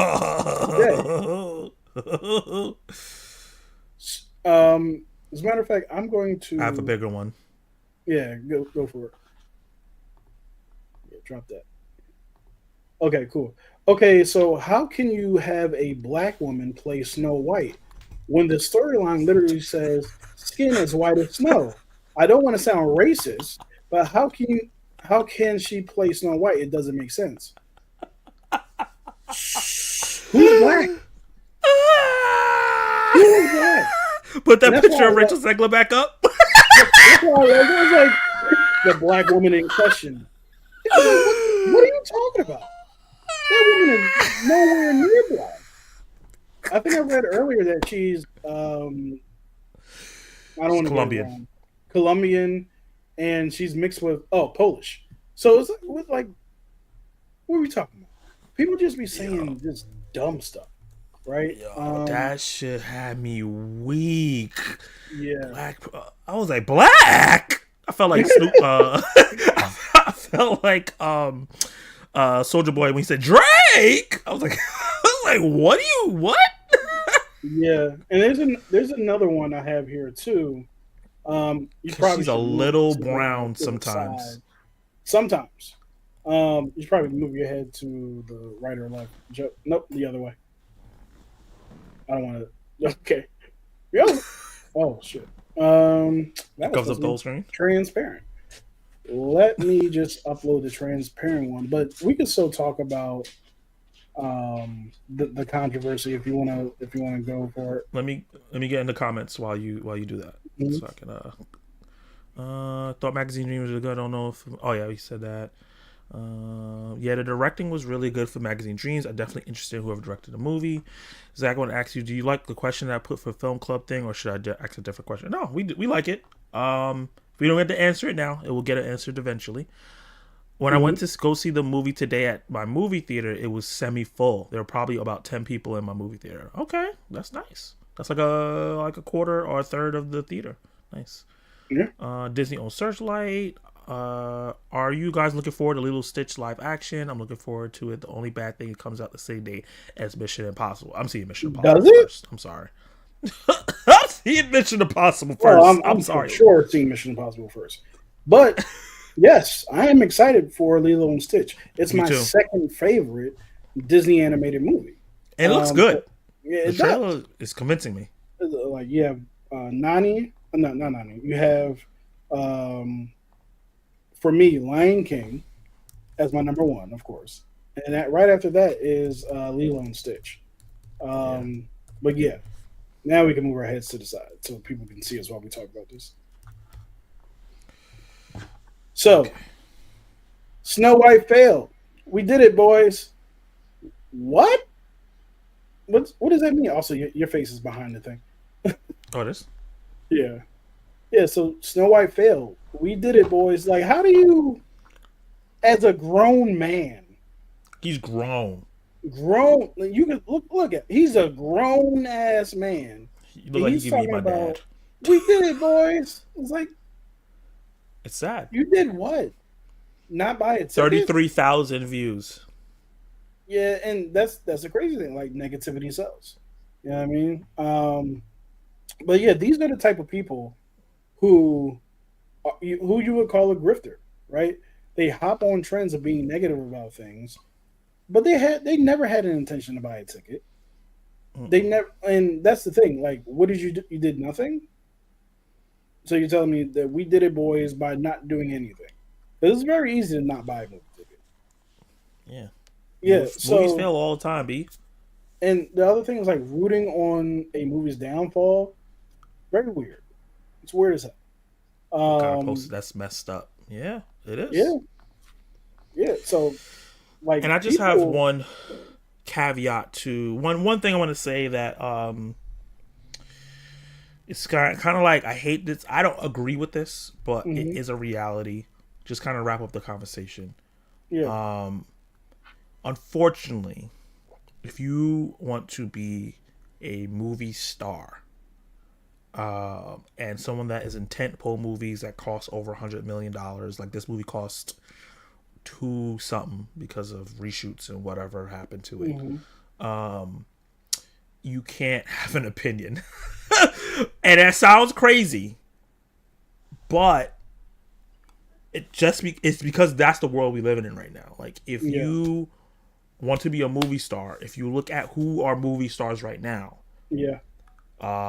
if you talk about someone like Zendaya, she's kind of a movie-ish star, but she's never the lead of movies because she has an opinion, right? Like, Challengers had her face over it.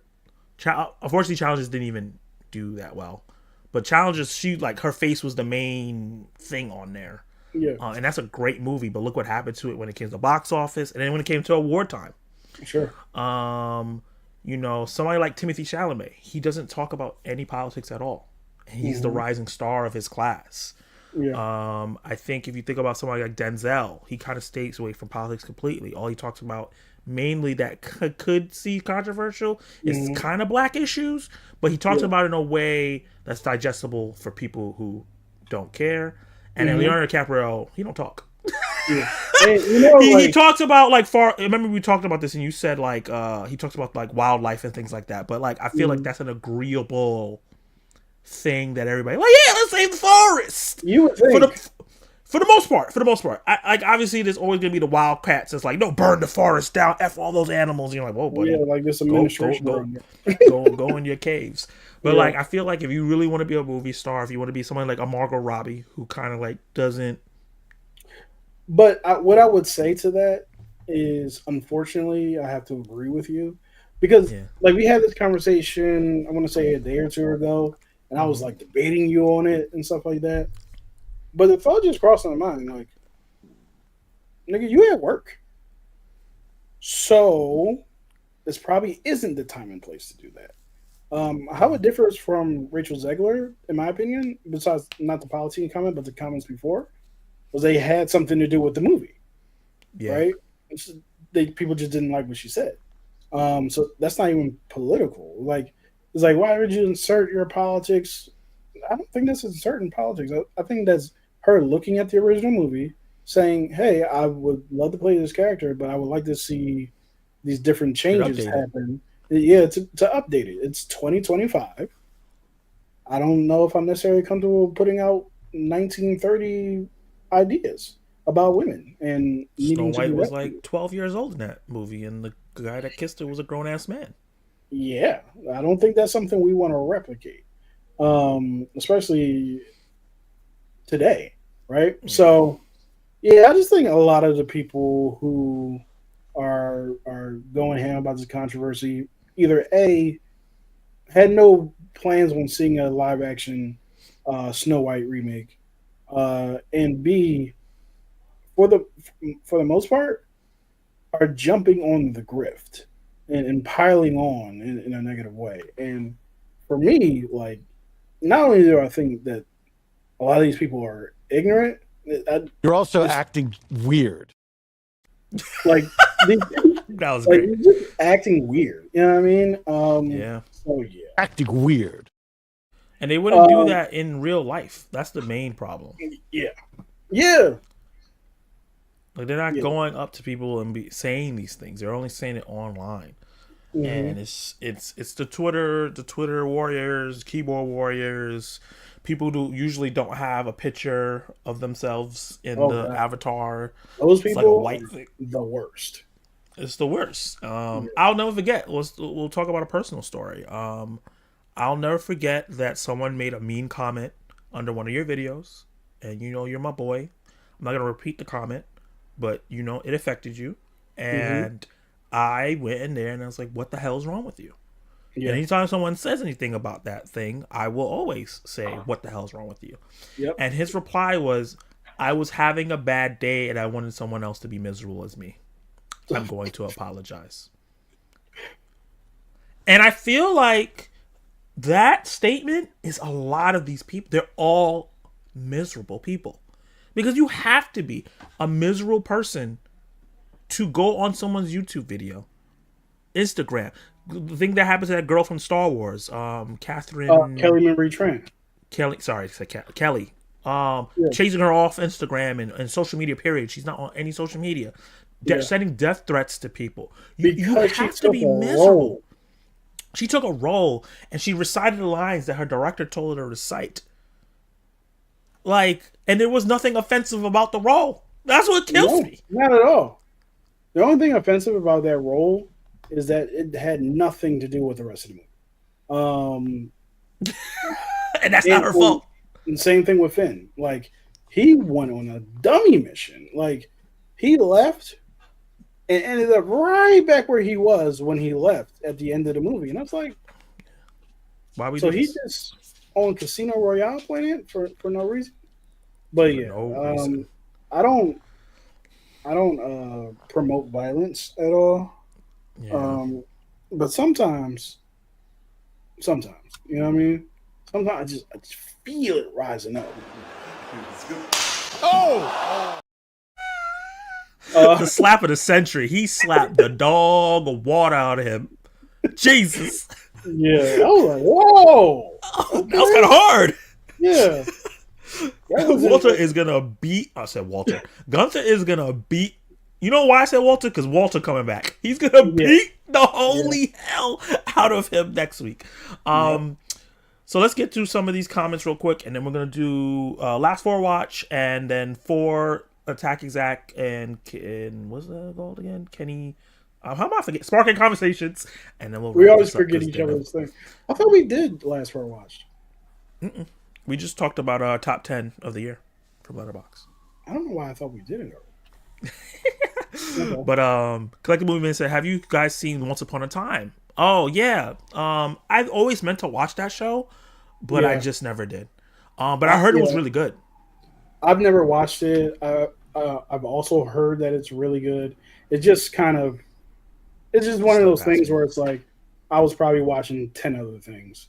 And I think by the time I was gonna get to it, it was like season 5. Matter of I was fact, like, when that show debuted, I wasn't aware of its existence for like a good year and some change.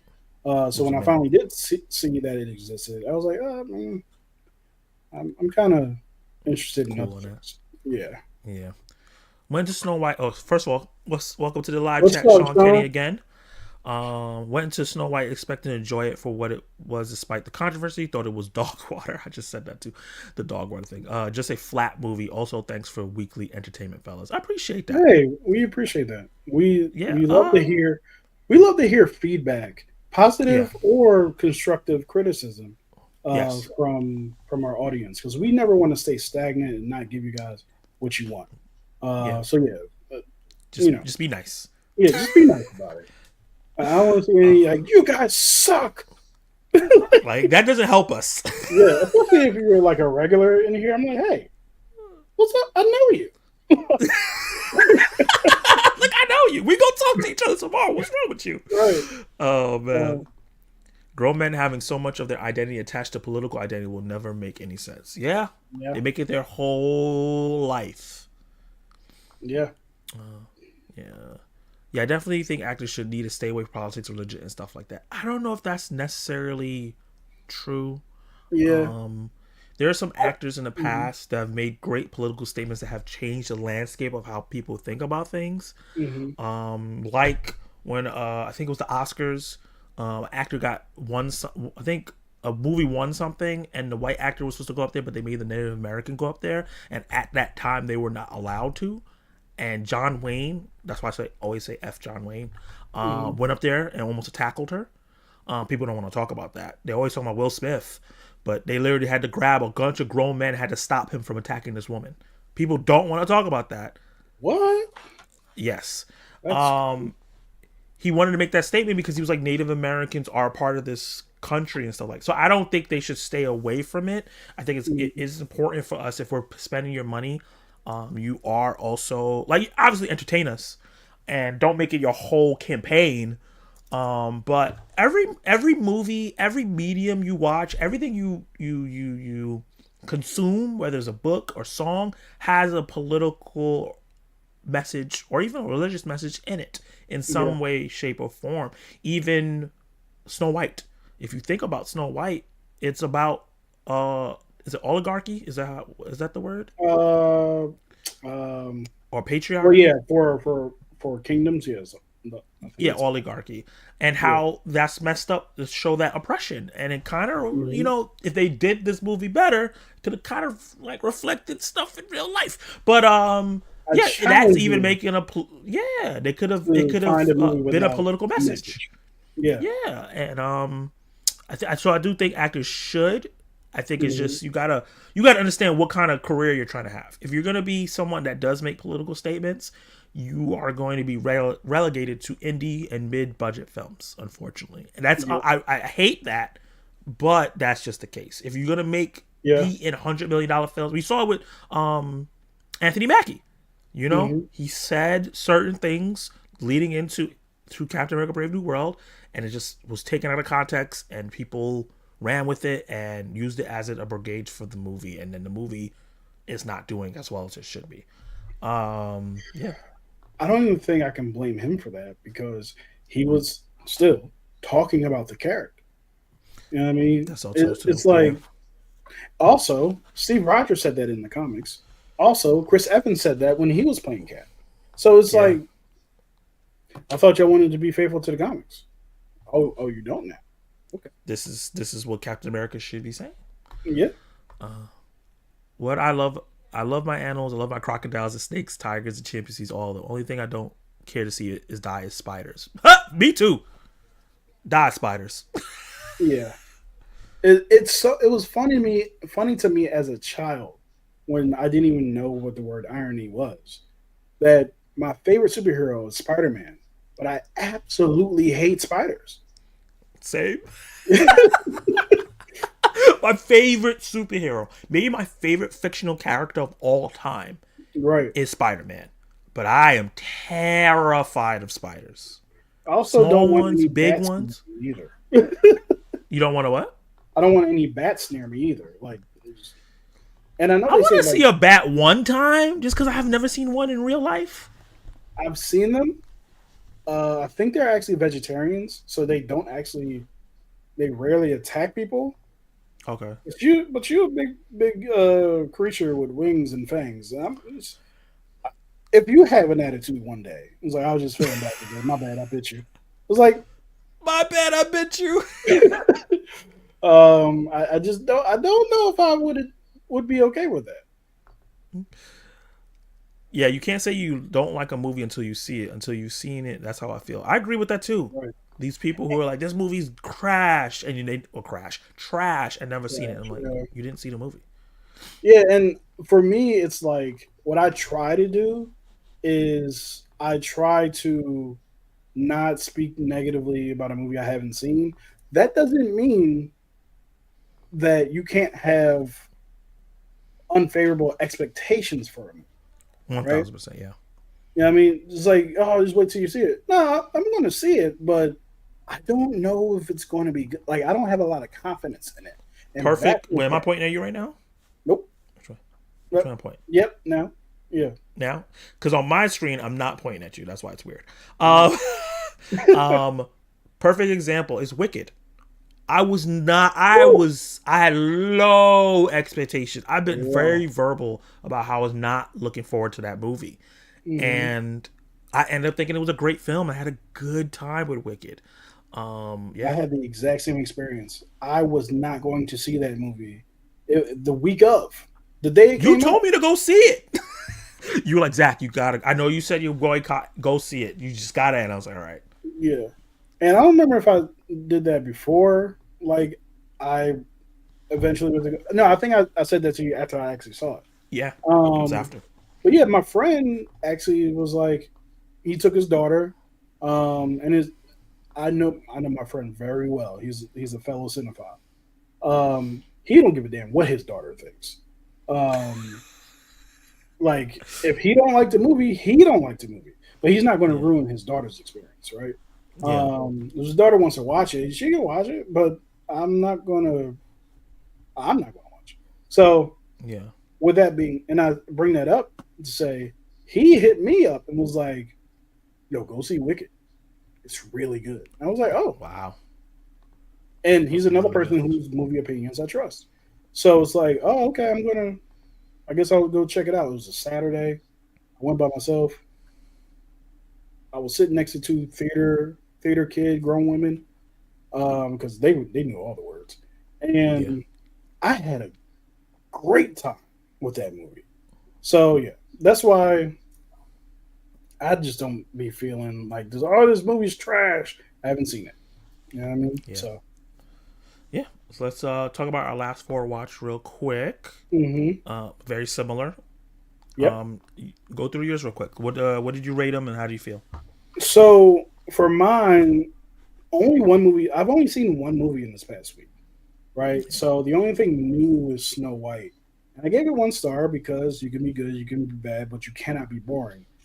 A boring film will piss me off more than anything else because I'm sitting here, I've lost interest, but I don't walk out of movies. I've never walked out of a movie. So I just, because I want to see it to its end, right? I was like, okay, so how does this story end? Even if it's bad, it's like I want to know. I don't want to walk out uninformed. You know what I mean? Yeah. So, Spoilers. yeah, Snow White. We've already talked about it. Like Yeah. Black Bag, we kind of talked about earlier, but I really enjoyed this film. Um, I like my main reason for liking this film is the kind of diversion that they do in the way they told the spy story. It was very much a workplace drama and a relationship drama, Yeah. and I haven't really seen that before, right? And but that was it's not like when James Bond has a love interest in a movie or is No. dealing with the MI6. It's like the characters actually in Black Bag are very much like office workers in a lot of the sense, and sometimes they go out into the field. So it felt like very realistic for how spies would do things. Because Yeah. people think, actually, I don't know because I don't know anything about spies, but I'm just going to say it the same way. People think that spies just be globetrotting Spying. 24/7, 24/7, and I'm sure they are in the office until they get the call.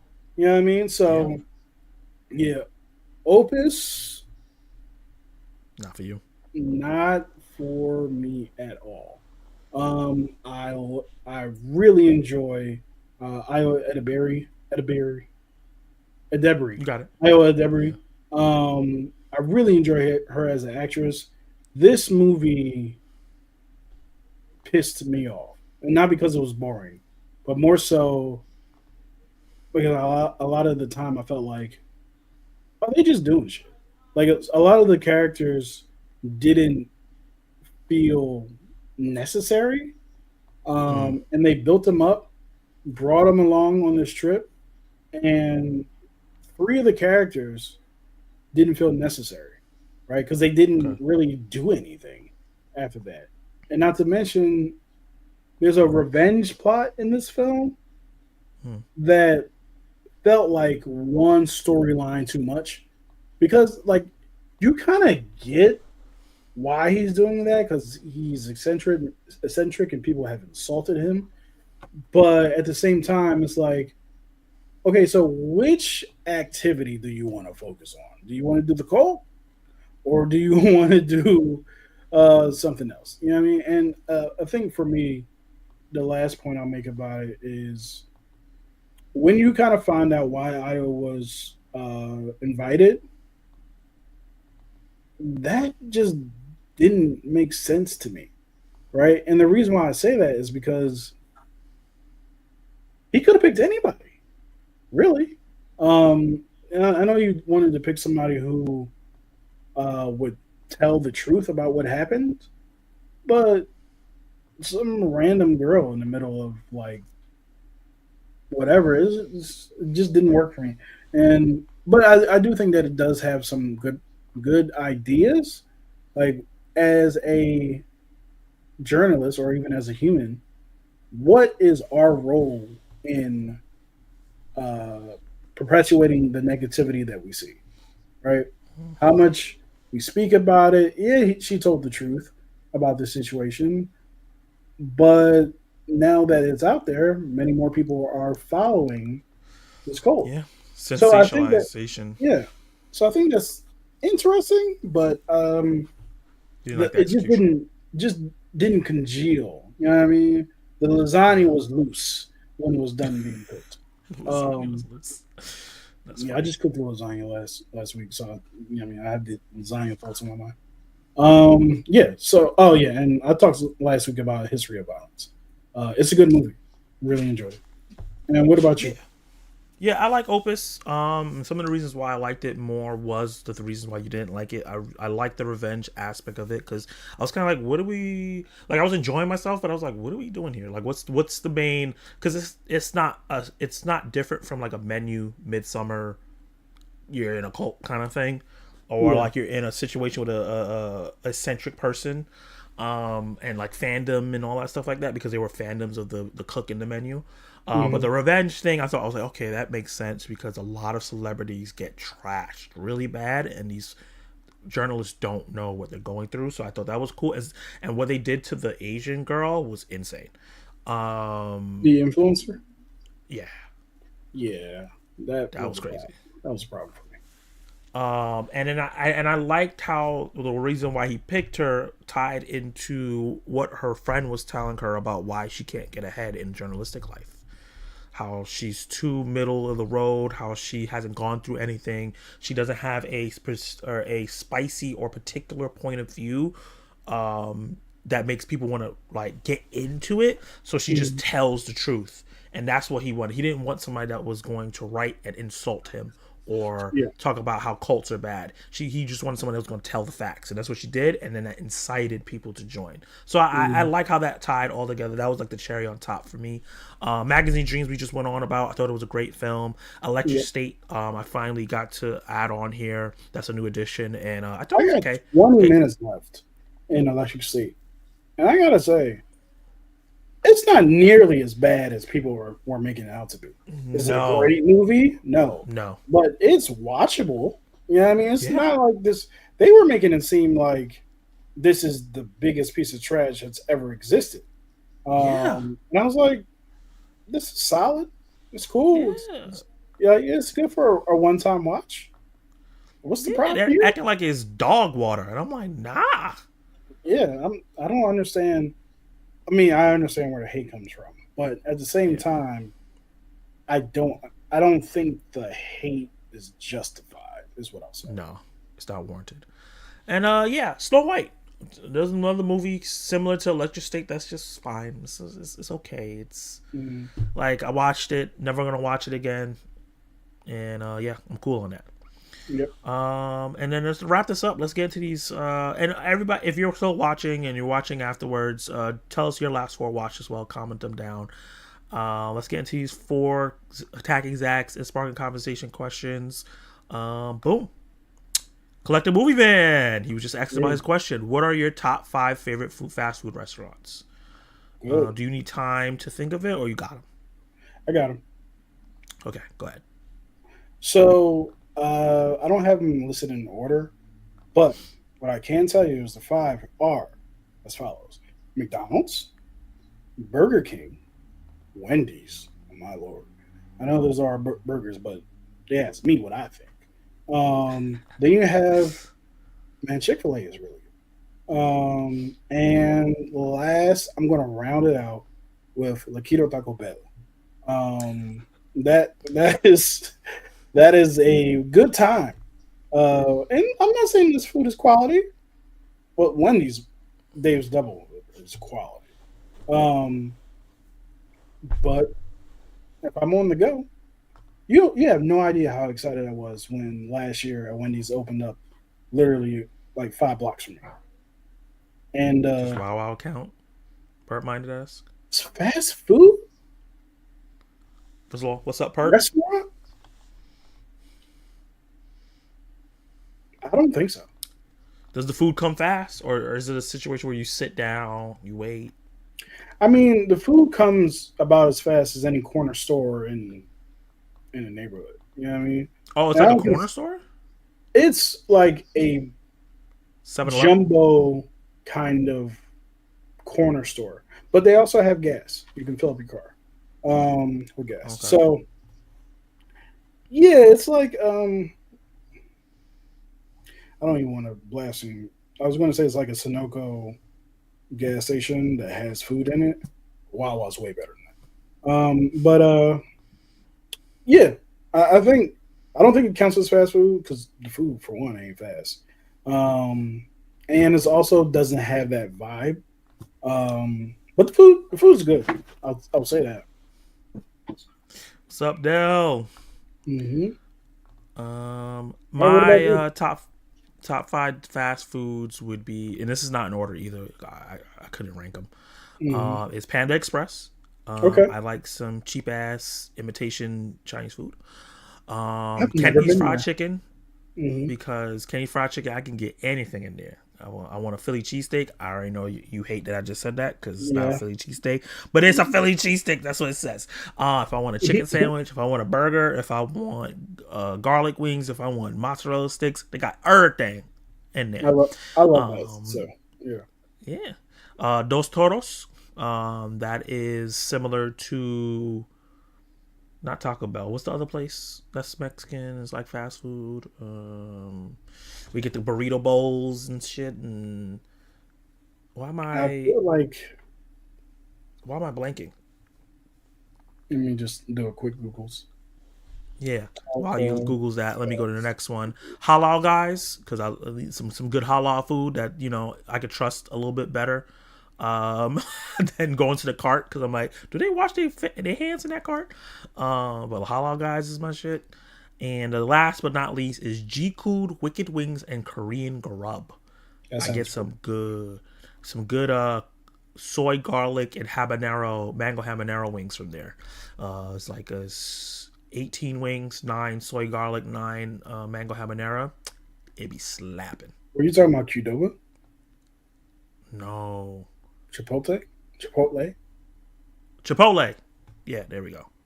Cool. Chipotle. It's like Chipotle, but I think it's better. Per said Arby's slap. I walked into Arby's one day. I ordered my food. I sat down in the restaurant, and a mouse ran right past my foot. And I was like, you know Oh what? nah. I need to get out of here. I need to leave. I need to get the fudge out of here. He's a Zach eating fancy. Hey, man. Last four watch is Black Bag, Flow. Flow's so good. That was great. Young Woman to See. That is an underrated movie. That's a really good inspirational film. I haven't seen And that. Magazine Dreams. You gotta. That's a good good. run right there for Yeah. me. I Black agree. Bag is so good. Flow is so good. The more I think about Flow, the more I like it. Yeah. But that's a movie that me and you watched together. We were like watching it and like, wow, this is actually really good. It's really good. Arby's is always empty. How do they stay in business? It's money laundering. Hey, man. Uh, So, this one's from Zach Milne. Talk movies. What is a movie we would be shocked to hear you've never seen? So you told me I have one the other day. 5. Mhm. Because I was like, I can't think of one. Because you already know I'm the baby cinephile, so there's tons of movies that I've never seen. Do you Mhm. have any, or do you want me to go first? Yeah, you go first. Okay. So I've never seen Remember the Titans. That was the one that you were surprised that I've never seen. I've never seen Forrest Gump. I've never seen The Matrix. I've never seen Back to the Future. And I've never seen Good Will Hunting. I want to throw everything in this room. So That is insane. Pert Miner got some hot takes in here. He said Okay. you're not missing nothing with Remember the Titans. Ooh. How dare you? You're not missing nothing Wrong either with side. Forrest Gump. Left side. Ooh. What are you saying? We got some hot takes. I may not be smart, but I know what love is. You better. Oh man. Collective Movement says Taco Bell, McDonald's, Jersey Mike's. I've heard of that, but I've never Mike's had is it. good. Yeah. And Chipotle. Mm-hmm. Zach never seen Friday, Buddhist Man. What are you talking about? I have a review for Friday on my channel. Fact check, brother man. Have I seen Friday After Next? Nope. I haven't seen Friday After Next. I have this thing where it's like, Or is it next Friday? I think the second one's next Friday, right? yeah, I have this thing where I'm just kind of like, Smokey is not, Chris Tucker's not in it. So I He's have not. the Oh in the no, second one. I'm No, good. it's I'm cool. he's replaced with Mike Epps, I think. I like Mark Epps, but nah. And I'm gonna tell you something. I don't think Mike Epps is funny. Ooh, Um, but yeah, that's just me, man. I'm putting a poll Uh, up. yep, Is Mike Epps funny? that's a crazy thing to Google. Um, No, I'm putting it as a poll for them. okay. I was like, this man is googling this. All right, so I have a few, My man and stay asking me about Return of the King. it's hilarious. Um, 1 to 10. All I'll say is my score is above a 5. What up, Brandon P? Welcome to the live chat. He said blasphemer. I guess that's because of the movies I haven't seen. I'm pretty sure you said blasphemer. Blasphemer. You definitely said blasphemer. I was like, what? What's going on? Um, Blasphemer.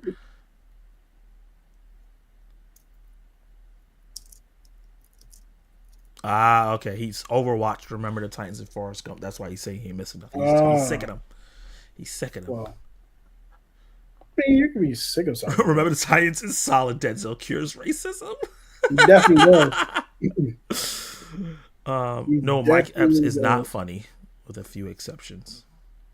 Yeah, he's like. Oh, he's talking about Perp with Forrest Gump is trash. Okay, not me. Oh, okay. I thought we had to cleanse the chat. You know what I mean? He said last 4 movies: Hurricane, with the Denzel one, Ash. Oh, I need to see Ash. How was Ash without spoiling it? And Snow White and Inside Man. Inside Man's a great movie. I really want to see Ash. I swear on my dog that I literally just had everything written and then it just disappeared. Jesus. Okay. Let me see if I can. So I'm trying to get it back. Brandon, I'm over the movie. They played that too many times during school. He's like, I never want to see Forrest Gump again. Man, I'll watch Forrest Gump right now. But Right I'm not now. because we about to watch 2 episodes of Daredevil is what we're about to do. Yeah, that is true. Yeah. All right. You only have to give 1. You don't have to give 5 like me. And Well, I'll guys, say always answer these questions too. Like, what are movies that we were surprised that you haven't seen? 2001: A Space Odyssey. Yeah, I haven't seen it either. I definitely haven't seen. I haven't seen Close Encounters of the Third Kind. I haven't seen it either. I've never seen. Let's see, real quick.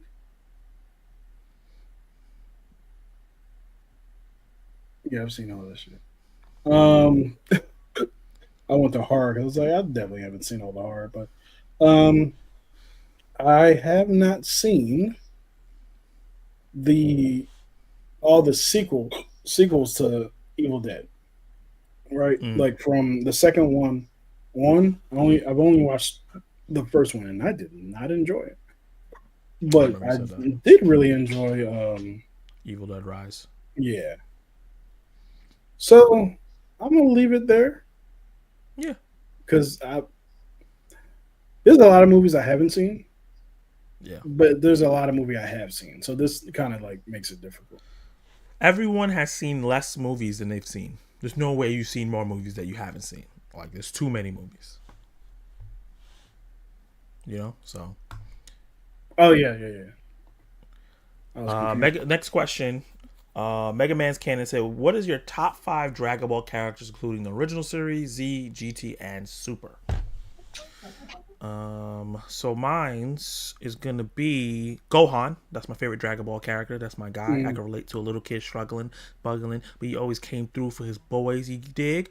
Piccolo, because solidarity. Yep. Yep. My Black guy. man. He's not black, but he's kind of black. Yeah. Goku, because it's Goku. Like, Yeah, come it's on. Goku. How do you not like Goku? Why are you watching the series? It's about him. Right. An underrated character I hope that they bring back and make fully canon is Pycon. He's similar to Piccolo and kind of looks a little bit. I kind of see why that's why they don't want to bring him in. But he's a character that I really, really liked from the Birth of Janemba movie. And then I think they brought him in Dragon Ball Super in the tournament.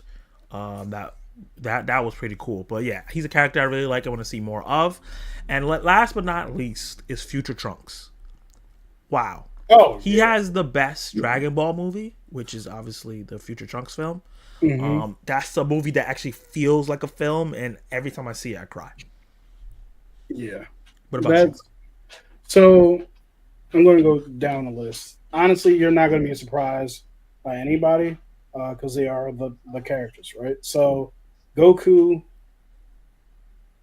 he's fine. Goku, Vegeta, Piccolo. Um, I'm not going to say Gohan because he was great leading up to the Cell Saga and through the Cell Saga. Then that nigga fell off a cliff. Like, I hate how much they nerfed him. Yeah, it's like, what are we doing? Part of me wants to say Frieza That's a good pick. because he's a great character, racist ass nigga. But yeah, so I'll go Goku, Vegeta, Future Trunks actually rounds it out. Goku, Vegeta, Future Trunks, Piccolo, and Frieza. Frieza. Those are my choices. Honorable mention is Jiren. Jiren's dope as fuck. Jiren that's a great new character. Yeah. Let me move this down. Let's go through this and then last question. I've never. Far as go, As far as not a movie I haven't seen, but part of Dragon Ball Z I've never seen. I've never watched the Buu Saga. Yep. nigga, what? The Buu Saga? It was unfortunately very freaking redundant, right? So I've seen different parts, but I just never stuck around to like actually watch it in full, right? It was just like I was watching my friends talk about it. It's like, oh, he turned back into Kid Buu. I was like, this thing ain't dead yet. It's been like a long time. And then to end it guy with a spirit bomb, like you had the spirit bomb the whole time. But Boo wasn't standing around there to let him do no damn spirit bomb. That's the problem. I don't like it. You would have turned him into chocolate and ate him. I don't like it. Just, you know what I mean? Come up with a new technique, which is something that they should actually stop doing because this rainbow colored, like, I don't have a problem with rainbows or people who embrace the rainbow. But these rainbow color, like, Super Saiyan God and Super Saiyan Black, which is just you back to black hair, like so. Kick Kenny. Yeah. Me. I like how he said kick Kenny and then he said facts Kenny. He turned around on you. That's so funny. Hold on. No Max is not funny. Forrest Gump, Matrix, Back to the Future are all time my favorite movies. I loved Ash, but I haven't seen anyone else who did. I won't say anything about it, but it's very mind-bendy and more visual and sound-heavy than the trailer leads on. That's what I've been hearing. My boy TJ Billups got to go see it, and he reviewed it, and he said he really liked it, and the soundtrack stood out to him. Yeah. Oh, movie. I've never seen Glory. Okay. I haven't seen it either, so... Everyone I know gives me shit because I've never seen the Titanic. I haven't seen that either, and it's just the runtime, man. It's so long. And I saw it as a youngling when it was two VHSs in the same box. Collective Movement said 2001: Space Odyssey tried watching the 4K of that and just so I could see the movie, and I thought the movie was the most boring thing ever. I've heard people say that. Yeah. Hermione has never seen Rocky. Wow. Yeah. What are you doing? The Dello movie said drink a 5-hour energy or 3 before 2001. Oh damn. Yeah, that's funny. I've never seen Have you? 2000. No, I just said that. Close Encounters of the Third Kind. Yeah. Click movie and said, have you seen all the Rocky movies? No, I've only seen Rocky 1. I think I only seen Rocky 1 and the Creed movies. I didn't see the other ones. I've seen all of the Rocky movies, even the abhorrent Rocky Five, which I actually am mad at myself right now because typically I don't acknowledge its existence. But Rocky Six was Acknowledge actually me. really good. Was Rocky that One through Rocky Four are Balboa? great. Yeah, that was really good. Rocky 1 through 4 are great for different reasons. It goes from a drama to an action movie, and action movies, I should say. Uh, and all the Creed movies are great. That's a great trilogy, like It is. phenomenal. I'm hoping that fourth movie is good. I already know my next question is going to be for you, Zach. That's good to hear. Per Minus said Frieza, Kid Buu, Vegeta, Hit, and Jiren are his 5. Hit It is was a dope. is a cool character too. Yeah, I see you like the villains. um, it's gonna be a Naruto question. That's fair. You just started watching it. I love that franchise. Della says I know nothing about Dragon Ball except the name. He said all this Dragon Ball talk is foreign language to me. Oh, two more. I haven't seen Get On Up, and I have not seen 42. I haven't seen those two either. I've seen clips, but I haven't actually sat down to watch those. Mm-hmm. Permine said Rocky 5 was his first Rocky movie. That's a very interesting way to start. That's a hard way to go. That's Miss Sparks is in the chat. What's up? She said, honestly, the Creed movies are better than the Rocky movies. Ooh, I can hot see take. why people would say that, but Melanie's My also a condolences. hater of all things Rocky. Rocky is trash. I struggle watching the first one. You Damn. don't understand cinema. Cinema. You know what this woman likes? She likes what she calls bad black movies. Like Tubi is her like well. You know what I That's mean? her I think I avenue. said this last week. Like she's been trying to get me to watch Hookers and Revolt for like Hookers and what? and Revolt. That's a wild name. Yeah. Oh, I don't know why this came into my mind, but I just want to let you guys know that the person who's running DC Universe right now, James Gunn, made a 12 episode series called James Gunn Pre-Porn, PG Porn. And it's a show about the things that happen in a porn before they have sex, like a sitcom version of that. I just want to let you know that's the man that's running DC right now. And Nathan Fillion is in it. And a bunch of people who are in the DC universe right now getting casted are in those shows. Just go look it up. I was like, oh, okay. You can really, Mm-hmm. And speaking of James Gunn, I brought that up because I'm going to pivot into a question here. The last question of the night. Zach Milne Talk Movie says, what's more likely? Thunderbolts to have a Guardians of the Galaxy level of success. The first one made $700 million, instantly beloved. Or Superman debuts with a 90 plus Rotten Tomato score. What do you think, Ken? I think that I don't think any Marvel movie, except for Fantastic Four, that's coming out this year, is going to hit a Guardians of the Galaxy level of success. If you're talking about, we're talking about box office success, And then also loved, not just like and it's also loved and yeah. So, do I think that Fantastic Four will be as loved as Guardians of the Galaxy? I'm going to say I doubt it. I'm not saying the movie's going to be bad. It's a chance. It's a It's chance. just like loved as much as Guardians. The Guardians have a special place in our heart because of James Gunn. Zachary. Why are you saying it like? Why are you saying it like I don't know that? Because you be doubting. Yeah, I can doubt him. I saw Suicide Squad. I saw James Gunn PG Corn. I've seen his other movies. Don't. I've seen what's that You're show he talking just about did? the Suicide Squad, right? Yeah, The Suicide Squad. Movie's great. That movie where he has people killing refugees and rebels for no reason for fun. That's the movie I'm talking about. Yeah, there's a moral dilemma there. But it was funny, so no one cared. Yay! Let's not act like horrible things aren't funny. I'm not saying that specifically is funny. But, Oh, I got scared for you, Ken. yeah. So I did a little research because Mhm. you asked me this question ahead of time. I did a little research to see because I wasn't sure.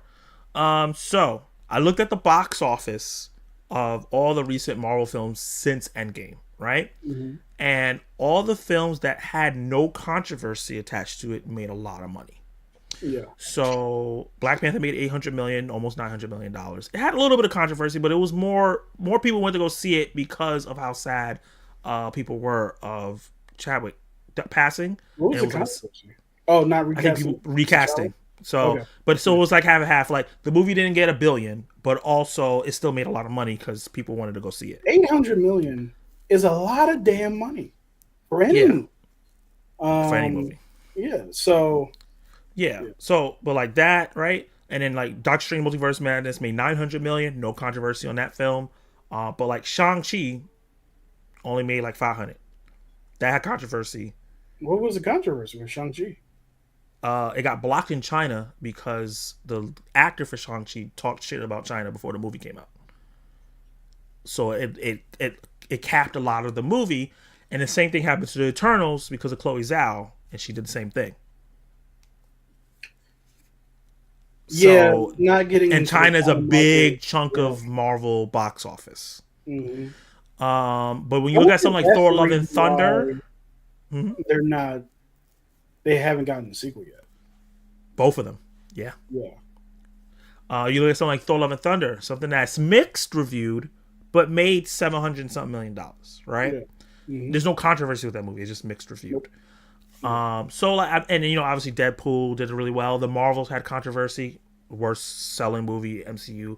Captain America: Brave New World had controversy, not doing well. It's probably gonna be in the top 5 worst selling movies in MCU. The thing with the Thunderbolts though, there's no controversy with this movie. No one has any problems with anything that's going on in this film, right? Nobody has a problem with Florence Pugh being the lead because people like Florence Pugh, most likely because they just want to have sex with her. And I'm just saying. There's a lot of actresses that are really great, but people be having problems with. That's And people true. don't have problems with Florence Pugh because they like her. Somebody Because, you know called what I Rachel mean? Zegler ugly, and I was like, "Where? What planet Like, are we living?" what women are you around that Rachel Zegler? Because Yeah. there's no way. Yeah, they're just trying to find something. They'll You're catch. also acting weird.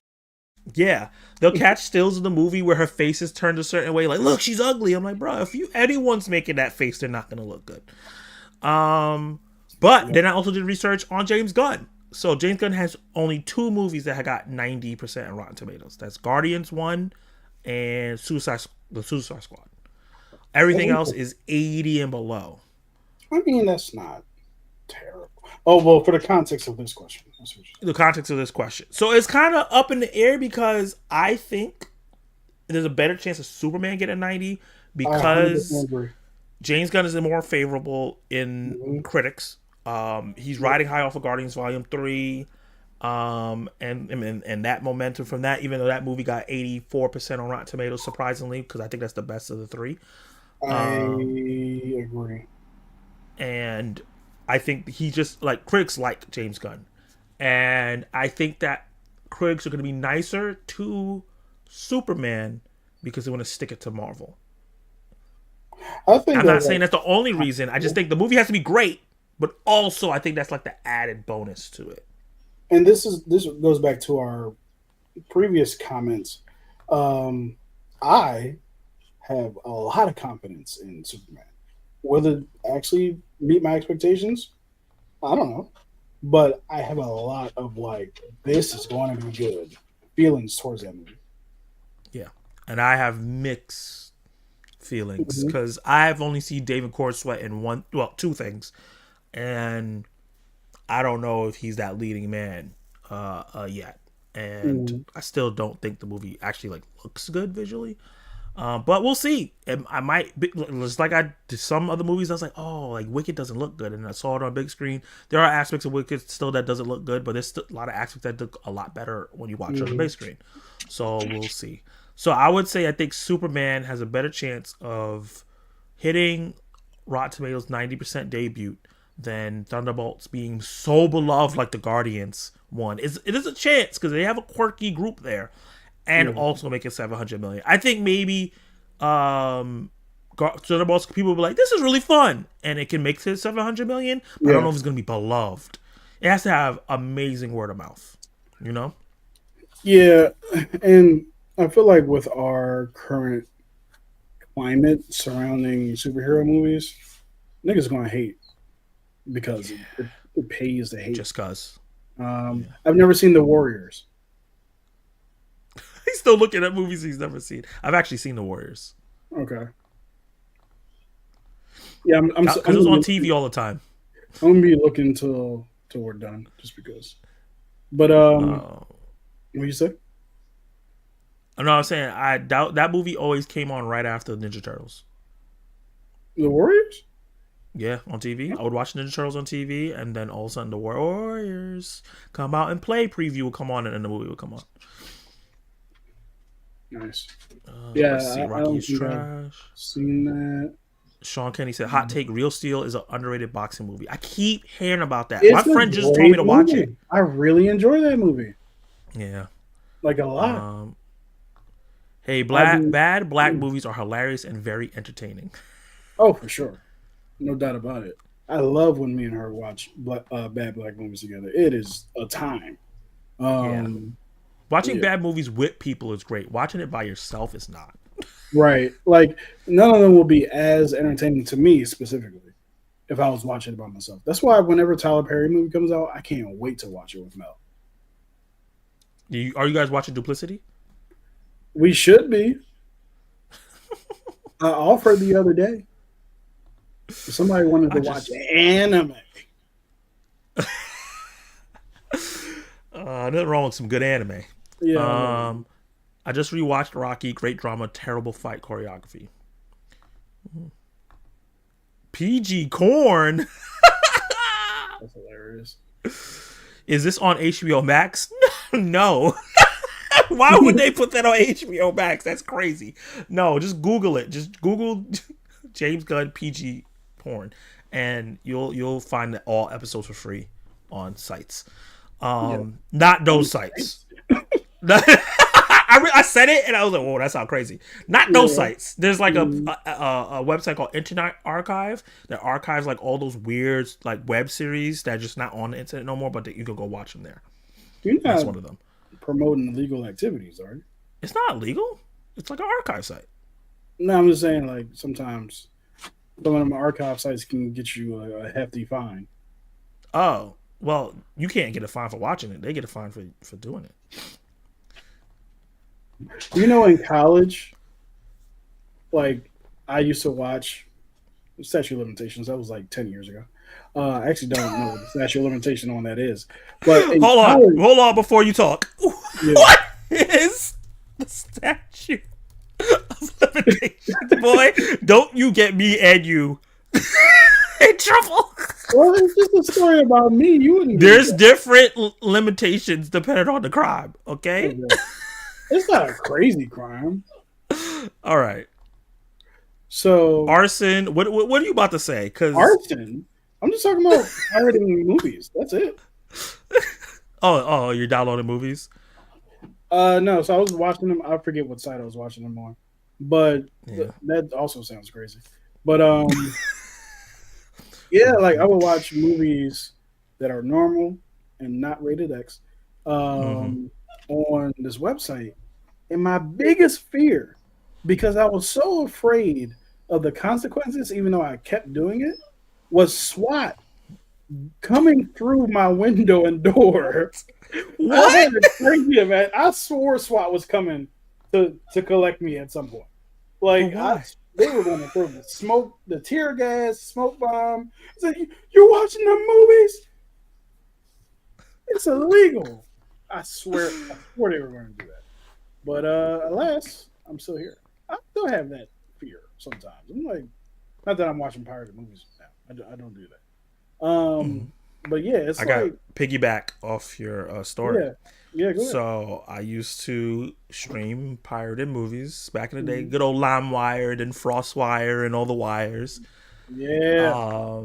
So deviate from that story just to talk Mhm. about FrostWire for a second. So you remember the movie ATL with Ti and Lauren London? Oh It yeah, was the yeah, yeah. hot shit back. Like Yeah, every it black person was wanted to great. watch that Yeah, movie. love that movie. And I was young. I ain't got no money to go watch that movie, and my mom's not taking me. So I found a download on FrostWire. It took me 3 days to download. I kept my I kept my desktop on for 3 days. Killed my light bill. Killed my desktop, and I finally downloaded it. It was, I don't know how long ATL is, but when I clicked on it, it was just Bill Clinton saying, "I did not have sexual relations with that woman." When What? I tell you that Wait, I 3 was days? What? when I tell you I've never been more mad in my life. I'm getting mad right now thinking about it. I'm feeling myself go back to little Zach of like, what the absolute what? That is Okay, hilarious. but the point of the point of the story originally was I actually was downloading so much illegal stuff at that time. I'm no longer Don't Get Me anymore. Optimum sent me a letter telling me I had to stop. Was that your internet service? Yes. Oh my god. They were like, we know that you're doing it. Is this amount of gigs? We will report you if you don't stop. Boy, when I tell you, I deleted everything off my computer. I was The one everything. thing I'm not doing is going to jail. Like that's I have a Why you lifelong my goal boy? to never go to jail. Me too. And I'm not Even if I go to jail, I'm not going to jail. I'm not going. I'm not going. I don't care what you caught me red-handed with. I don't care where you thought I was. I don't care what the phone calls sound like. I don't care if you think I aggressed. I'm not going. If you think I won't fill up my gas tank and drive as fast as I can in Canada, Bruh, you have lost your mind. I'm out. That Changing reminds my me, I need to parents. get my I will never passport. have locks. I will never have locks again. I Mm-hmm. will tan the shit out of my skin. I am not going to jail. I will shave That's off all this another crap. reason why I can't commit crimes. I have very identifiable features. My skin, and it's like, who stole it? Oh, the guy had like vitiligo on his skin. He was wearing a wedding ring. He also has vitiligo on his face, and it's Boy, if like, you wear the ring while you robbing, that's just on you. I mean, I'm loyal. You know what I'm saying? Like, I'm not going to take my wedding ring off for a crime. That would put me at risk of not being faithful to my wife. You know what I What? mean? No, it doesn't. Just I'm not talking about cheating. I'm talking about the visible representation, the ring of my commitment to my wife. I can't, Why even if you- I'm committing a heinous crime, I'm not taking this ring off. You know what I'm saying? Because I'm committed to this woman. I love this woman. Miss Sparks. And if she loves me, she'll understand that I had to commit this crime. And I Miss had to do Sparks. it in love. You know what I mean? If you are Real watching love. still, please tell this man he's wilding. Please. She knows how my love, you know what I mean, emanates. That's crazy. Emanates is nuts. See the Warriors. My wife loves Tyler Perry movies. I hate them. We watched them all together and I griped the whole time. Our favorite pastime. That's amazing. I have a story to tell you guys. When Dallas Buyers Club came out and it was nominated for a lot of awards, I wanted to see it because Matthew Conner won Best Actor for it, and I decided, this is continue. Scottish Geek Guy, what's up? Scottish! to download it off LimeWire. See LimeWire blood, baby. Years later, we got something in the mail from my cable. Oh my god, this happened to you too? Wait, hold on, what? This company, and it said that we owned the movie is charged 20 because I tried to. Whoa, I didn't get that. $20,000 is nuts. Now that's a crime that I will be taking my wedding ring off for. Like, I'm like, I don't want to get her caught up. Thank you. I'm sorry. What crimes? You know, you be out in these streets making moves. You know what I'm saying? Oh my god! A legal movie and quality was so bad. I only watched it. That's crazy. Wow. You watched 30 seconds and they were like $20,000, please. That is. I don't want to laugh at your pain, but that's wild. That is very wild. $20,000 is no small amount of money. No. So we know that Kenny has never committed a crime. Nothing that's visible. Yeah, I mean, Kenny, you could just say no. I almost got sent to jail when I was a kid for me and my friend were swimming in Cobb's Creek, which is actually like a couple blocks from my house when I was a kid, and then we went in Cobb's Creek and then we went to the other side, and we saw all these trucks in this lot, and we were like, let's walk across them. So there were like these big tractor trailers. We climbed up to the top and we're running across them. And the dude was like, hey, you know you own government property, right? I was like, I did not. And also, we were in Upper Darby, which is a small town. I don't know if it's small. It's a town right across the bridge from us. And he was like, if you get arrested here, you getting arrested in Darby. Then you have to call your parents to come to Darby and get you. I was like, we'll go. We will go. That's funny. Also, this is wild. My mom was ready to throw me to the dogs and be like, take them. Yo, you can lock them up. I'm not paying that money. That's crazy. But also, my mom would do that too. Who told you to do that? Also, did you pay it? My mom would have beat my ass first. Yeah. And then told them to take me. Mm-hmm. Hey, I just got home today. I thought the movie was pretty good and was different than I expected. Snow White I thought was enjoyable. I forgot we did this. Oh, appreciate the Austin 316, baby. I'm hoping Should to the wear national it on night 2 of WrestleMania when he shows up and fails to save Cody Rhodes because John Cena is winning. I don't know what all these people are thinking, but yeah. That's a prediction right there.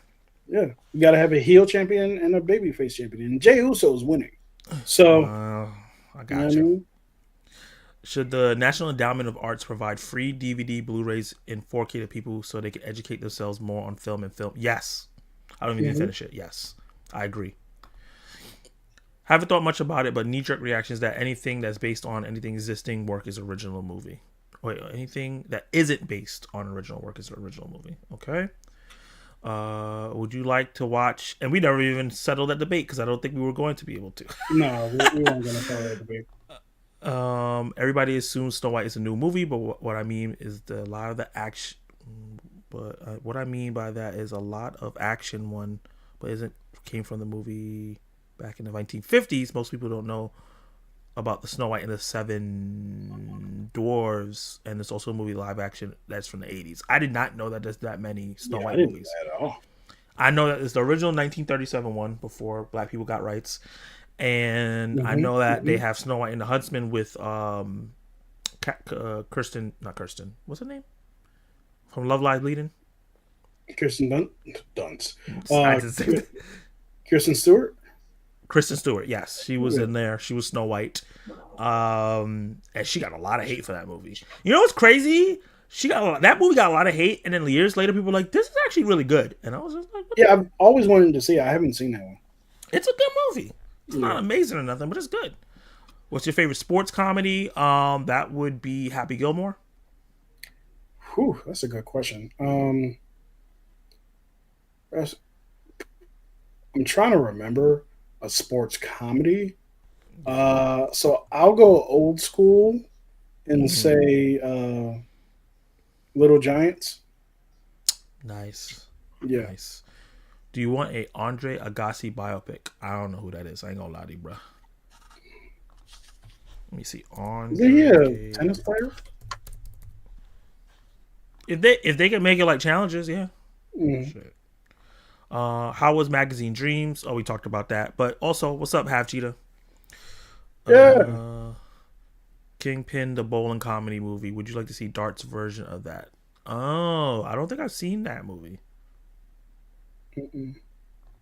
But hey, I'm always down for reimaginations of films. Okay, we're gonna take these last couple questions. We're gonna wrap it up. Oh, put Chalamet in a crime drama like The Departed. Yes, I think he would kill something like The Departed. It's possible. I want to say something, and it's going to be said. He's a little small for me to feel like he's involved in the crime drama. Well, I'm saying like The Departed. Like, I don't know if he's literally big enough to fill those roles. I'm talking about popularity. I'm talking about his stature, Height, mass, and stuff like that. Yeah. But yes, he could beef up for it. Yeah, put him in a crime thriller for sure. Make him the bad guy, as a matter of fact. Yeah. He might be the bad guy in Wonka too. Yo, it's good that he waited to sign his contract for Wonka 2, because they're going to have to pay that boy money for that now. Money. They wouldn't get a red cent from me. Let that go to the collection. Live in Evil Dead Rise or Exorcist Believer? Wait, am I is it happening to me, or like it's just happening in the world and it's not happening to me? Because it doesn't really matter if it's not happening to me. I just stay away from it. Yeah. If it's happening to me, Exorcist Believer, because Evil Dead Rise was crazy. Yeah, I'm definitely going Exorcist Believer. I don't want to live on a planet where that's happening. And Exorcists never target black people. So, Believer did. Oh, that's right, that little black girl. Yeah. They were great in that movie, by the way. They were so good in that movie.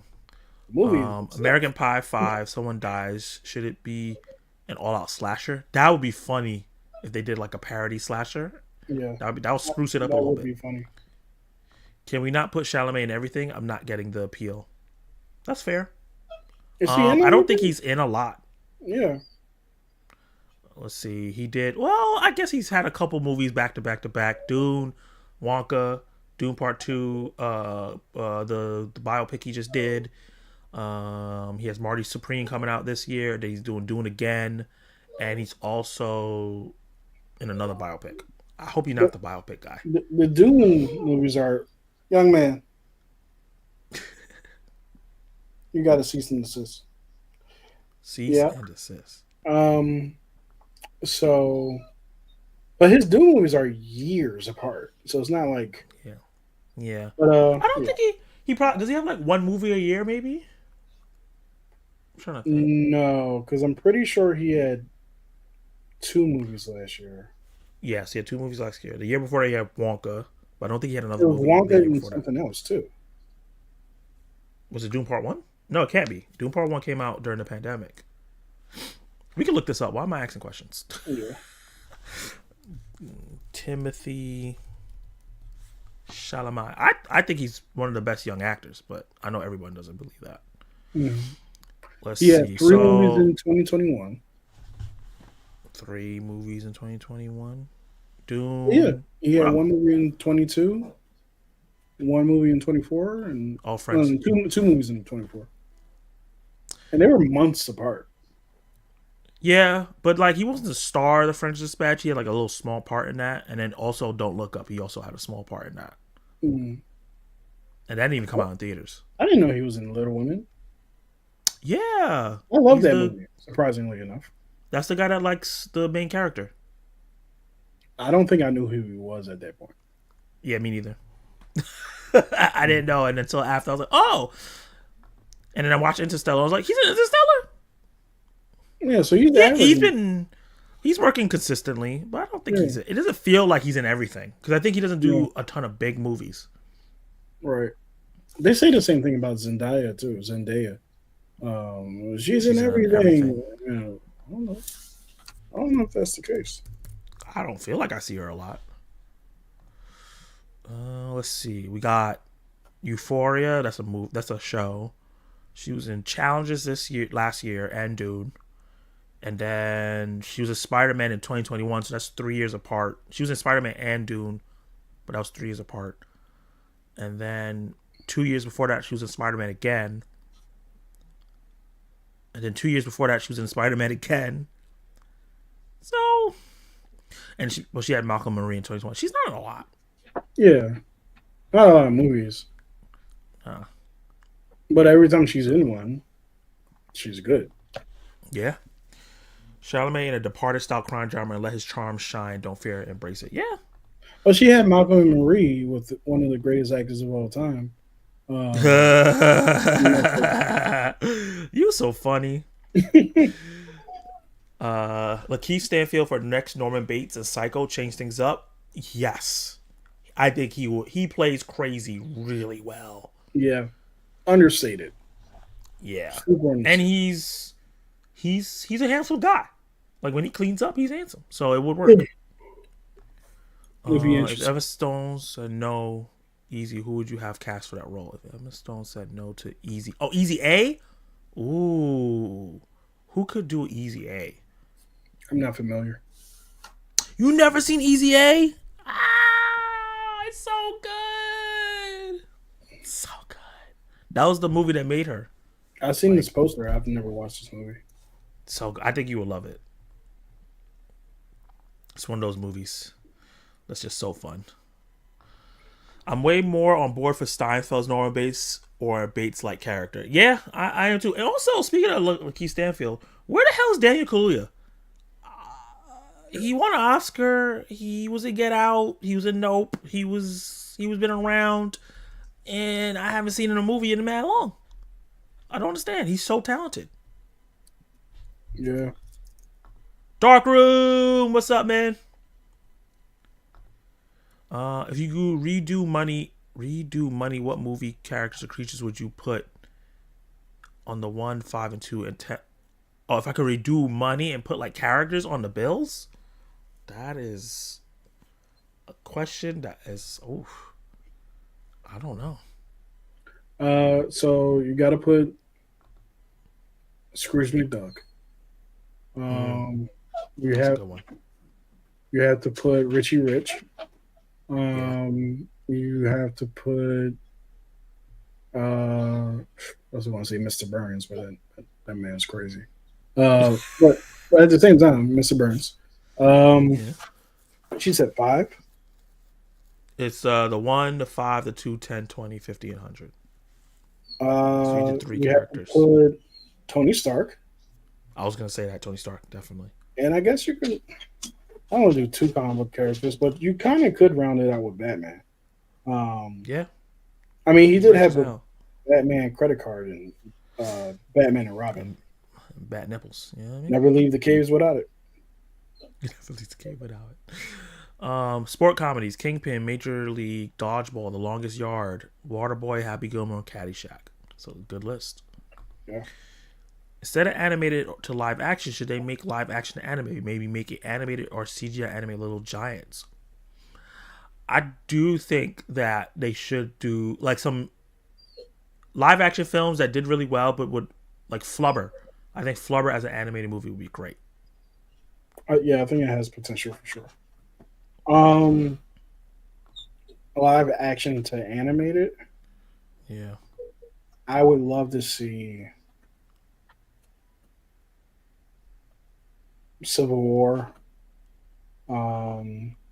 Infinity War, and Endgame in animation because you can actually do a lot more in animation. So Yeah.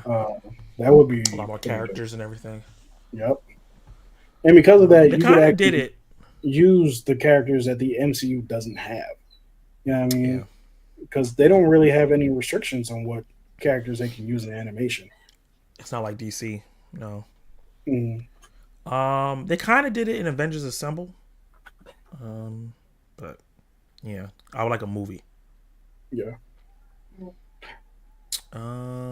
We got 3 movies coming out next year with Zendaya. 3? So Spider-Man, Odyssey. I don't know what the third one is.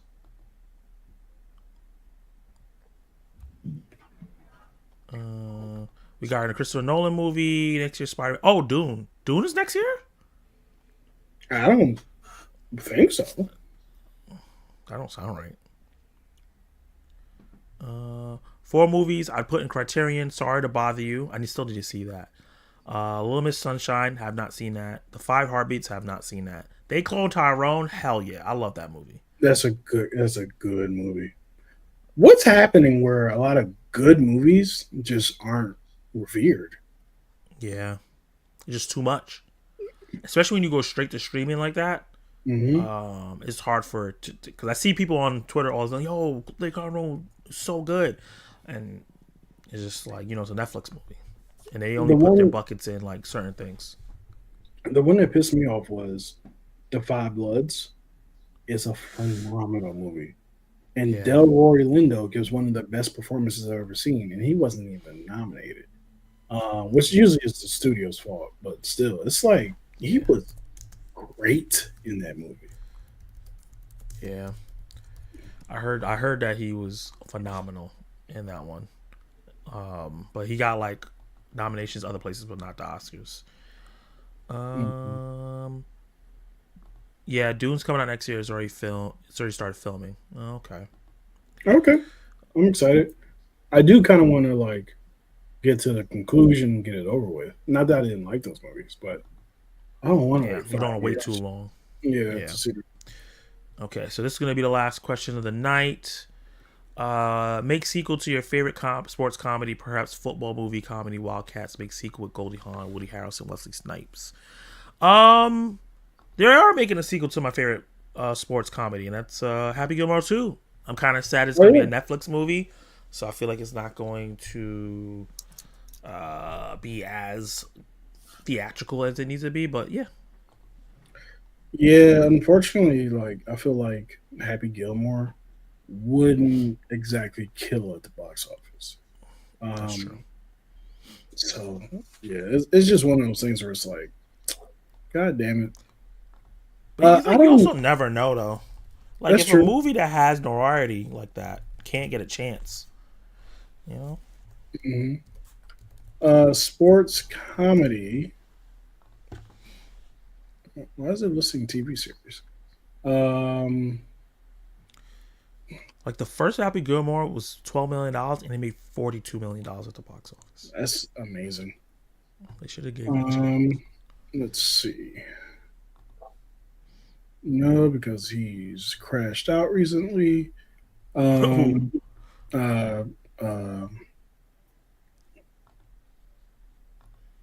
Gooding Jr. I was looking at Jerry Maguire, which is a great movie.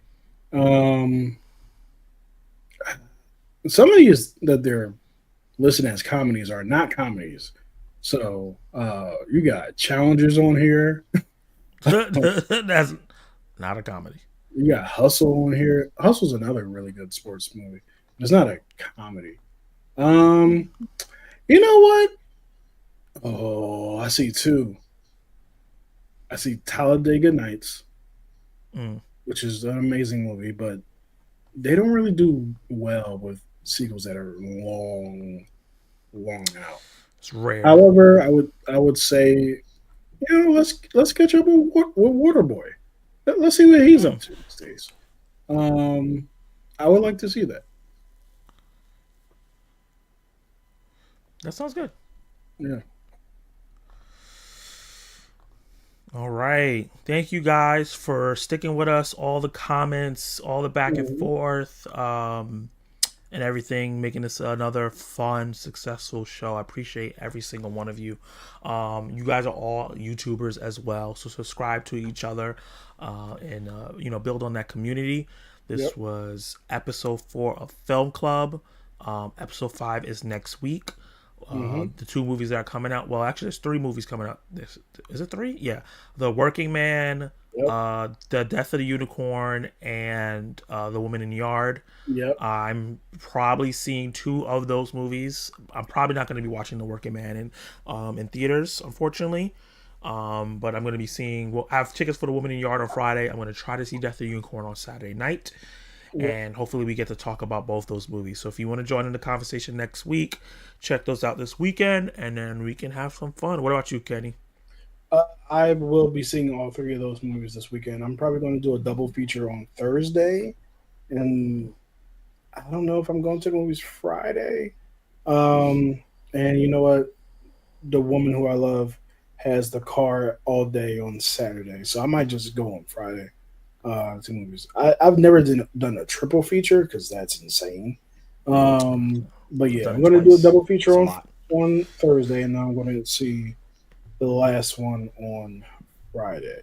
I will tell you that Working Man is the last one on my list. So I'll probably see that one on Friday. It might be really fun, but it has the biggest chance of not being good out of all those. Yeah, that's the type of movie I watch with my mom. You Mm-hmm. know, like we watched Beekeeper. Uh, other than all the cursing, she liked it. Mm-hmm. Um, and I feel like Working Man, she'll also like out. She likes those like one man action, like get revenge, protect the people kind of movies. So yeah, that's it, guys. You guys have a great night. Have fun watching Daredevil. Thank you for staying on the stream so long with us. I appreciate you Yep. all, and we'll see you next time.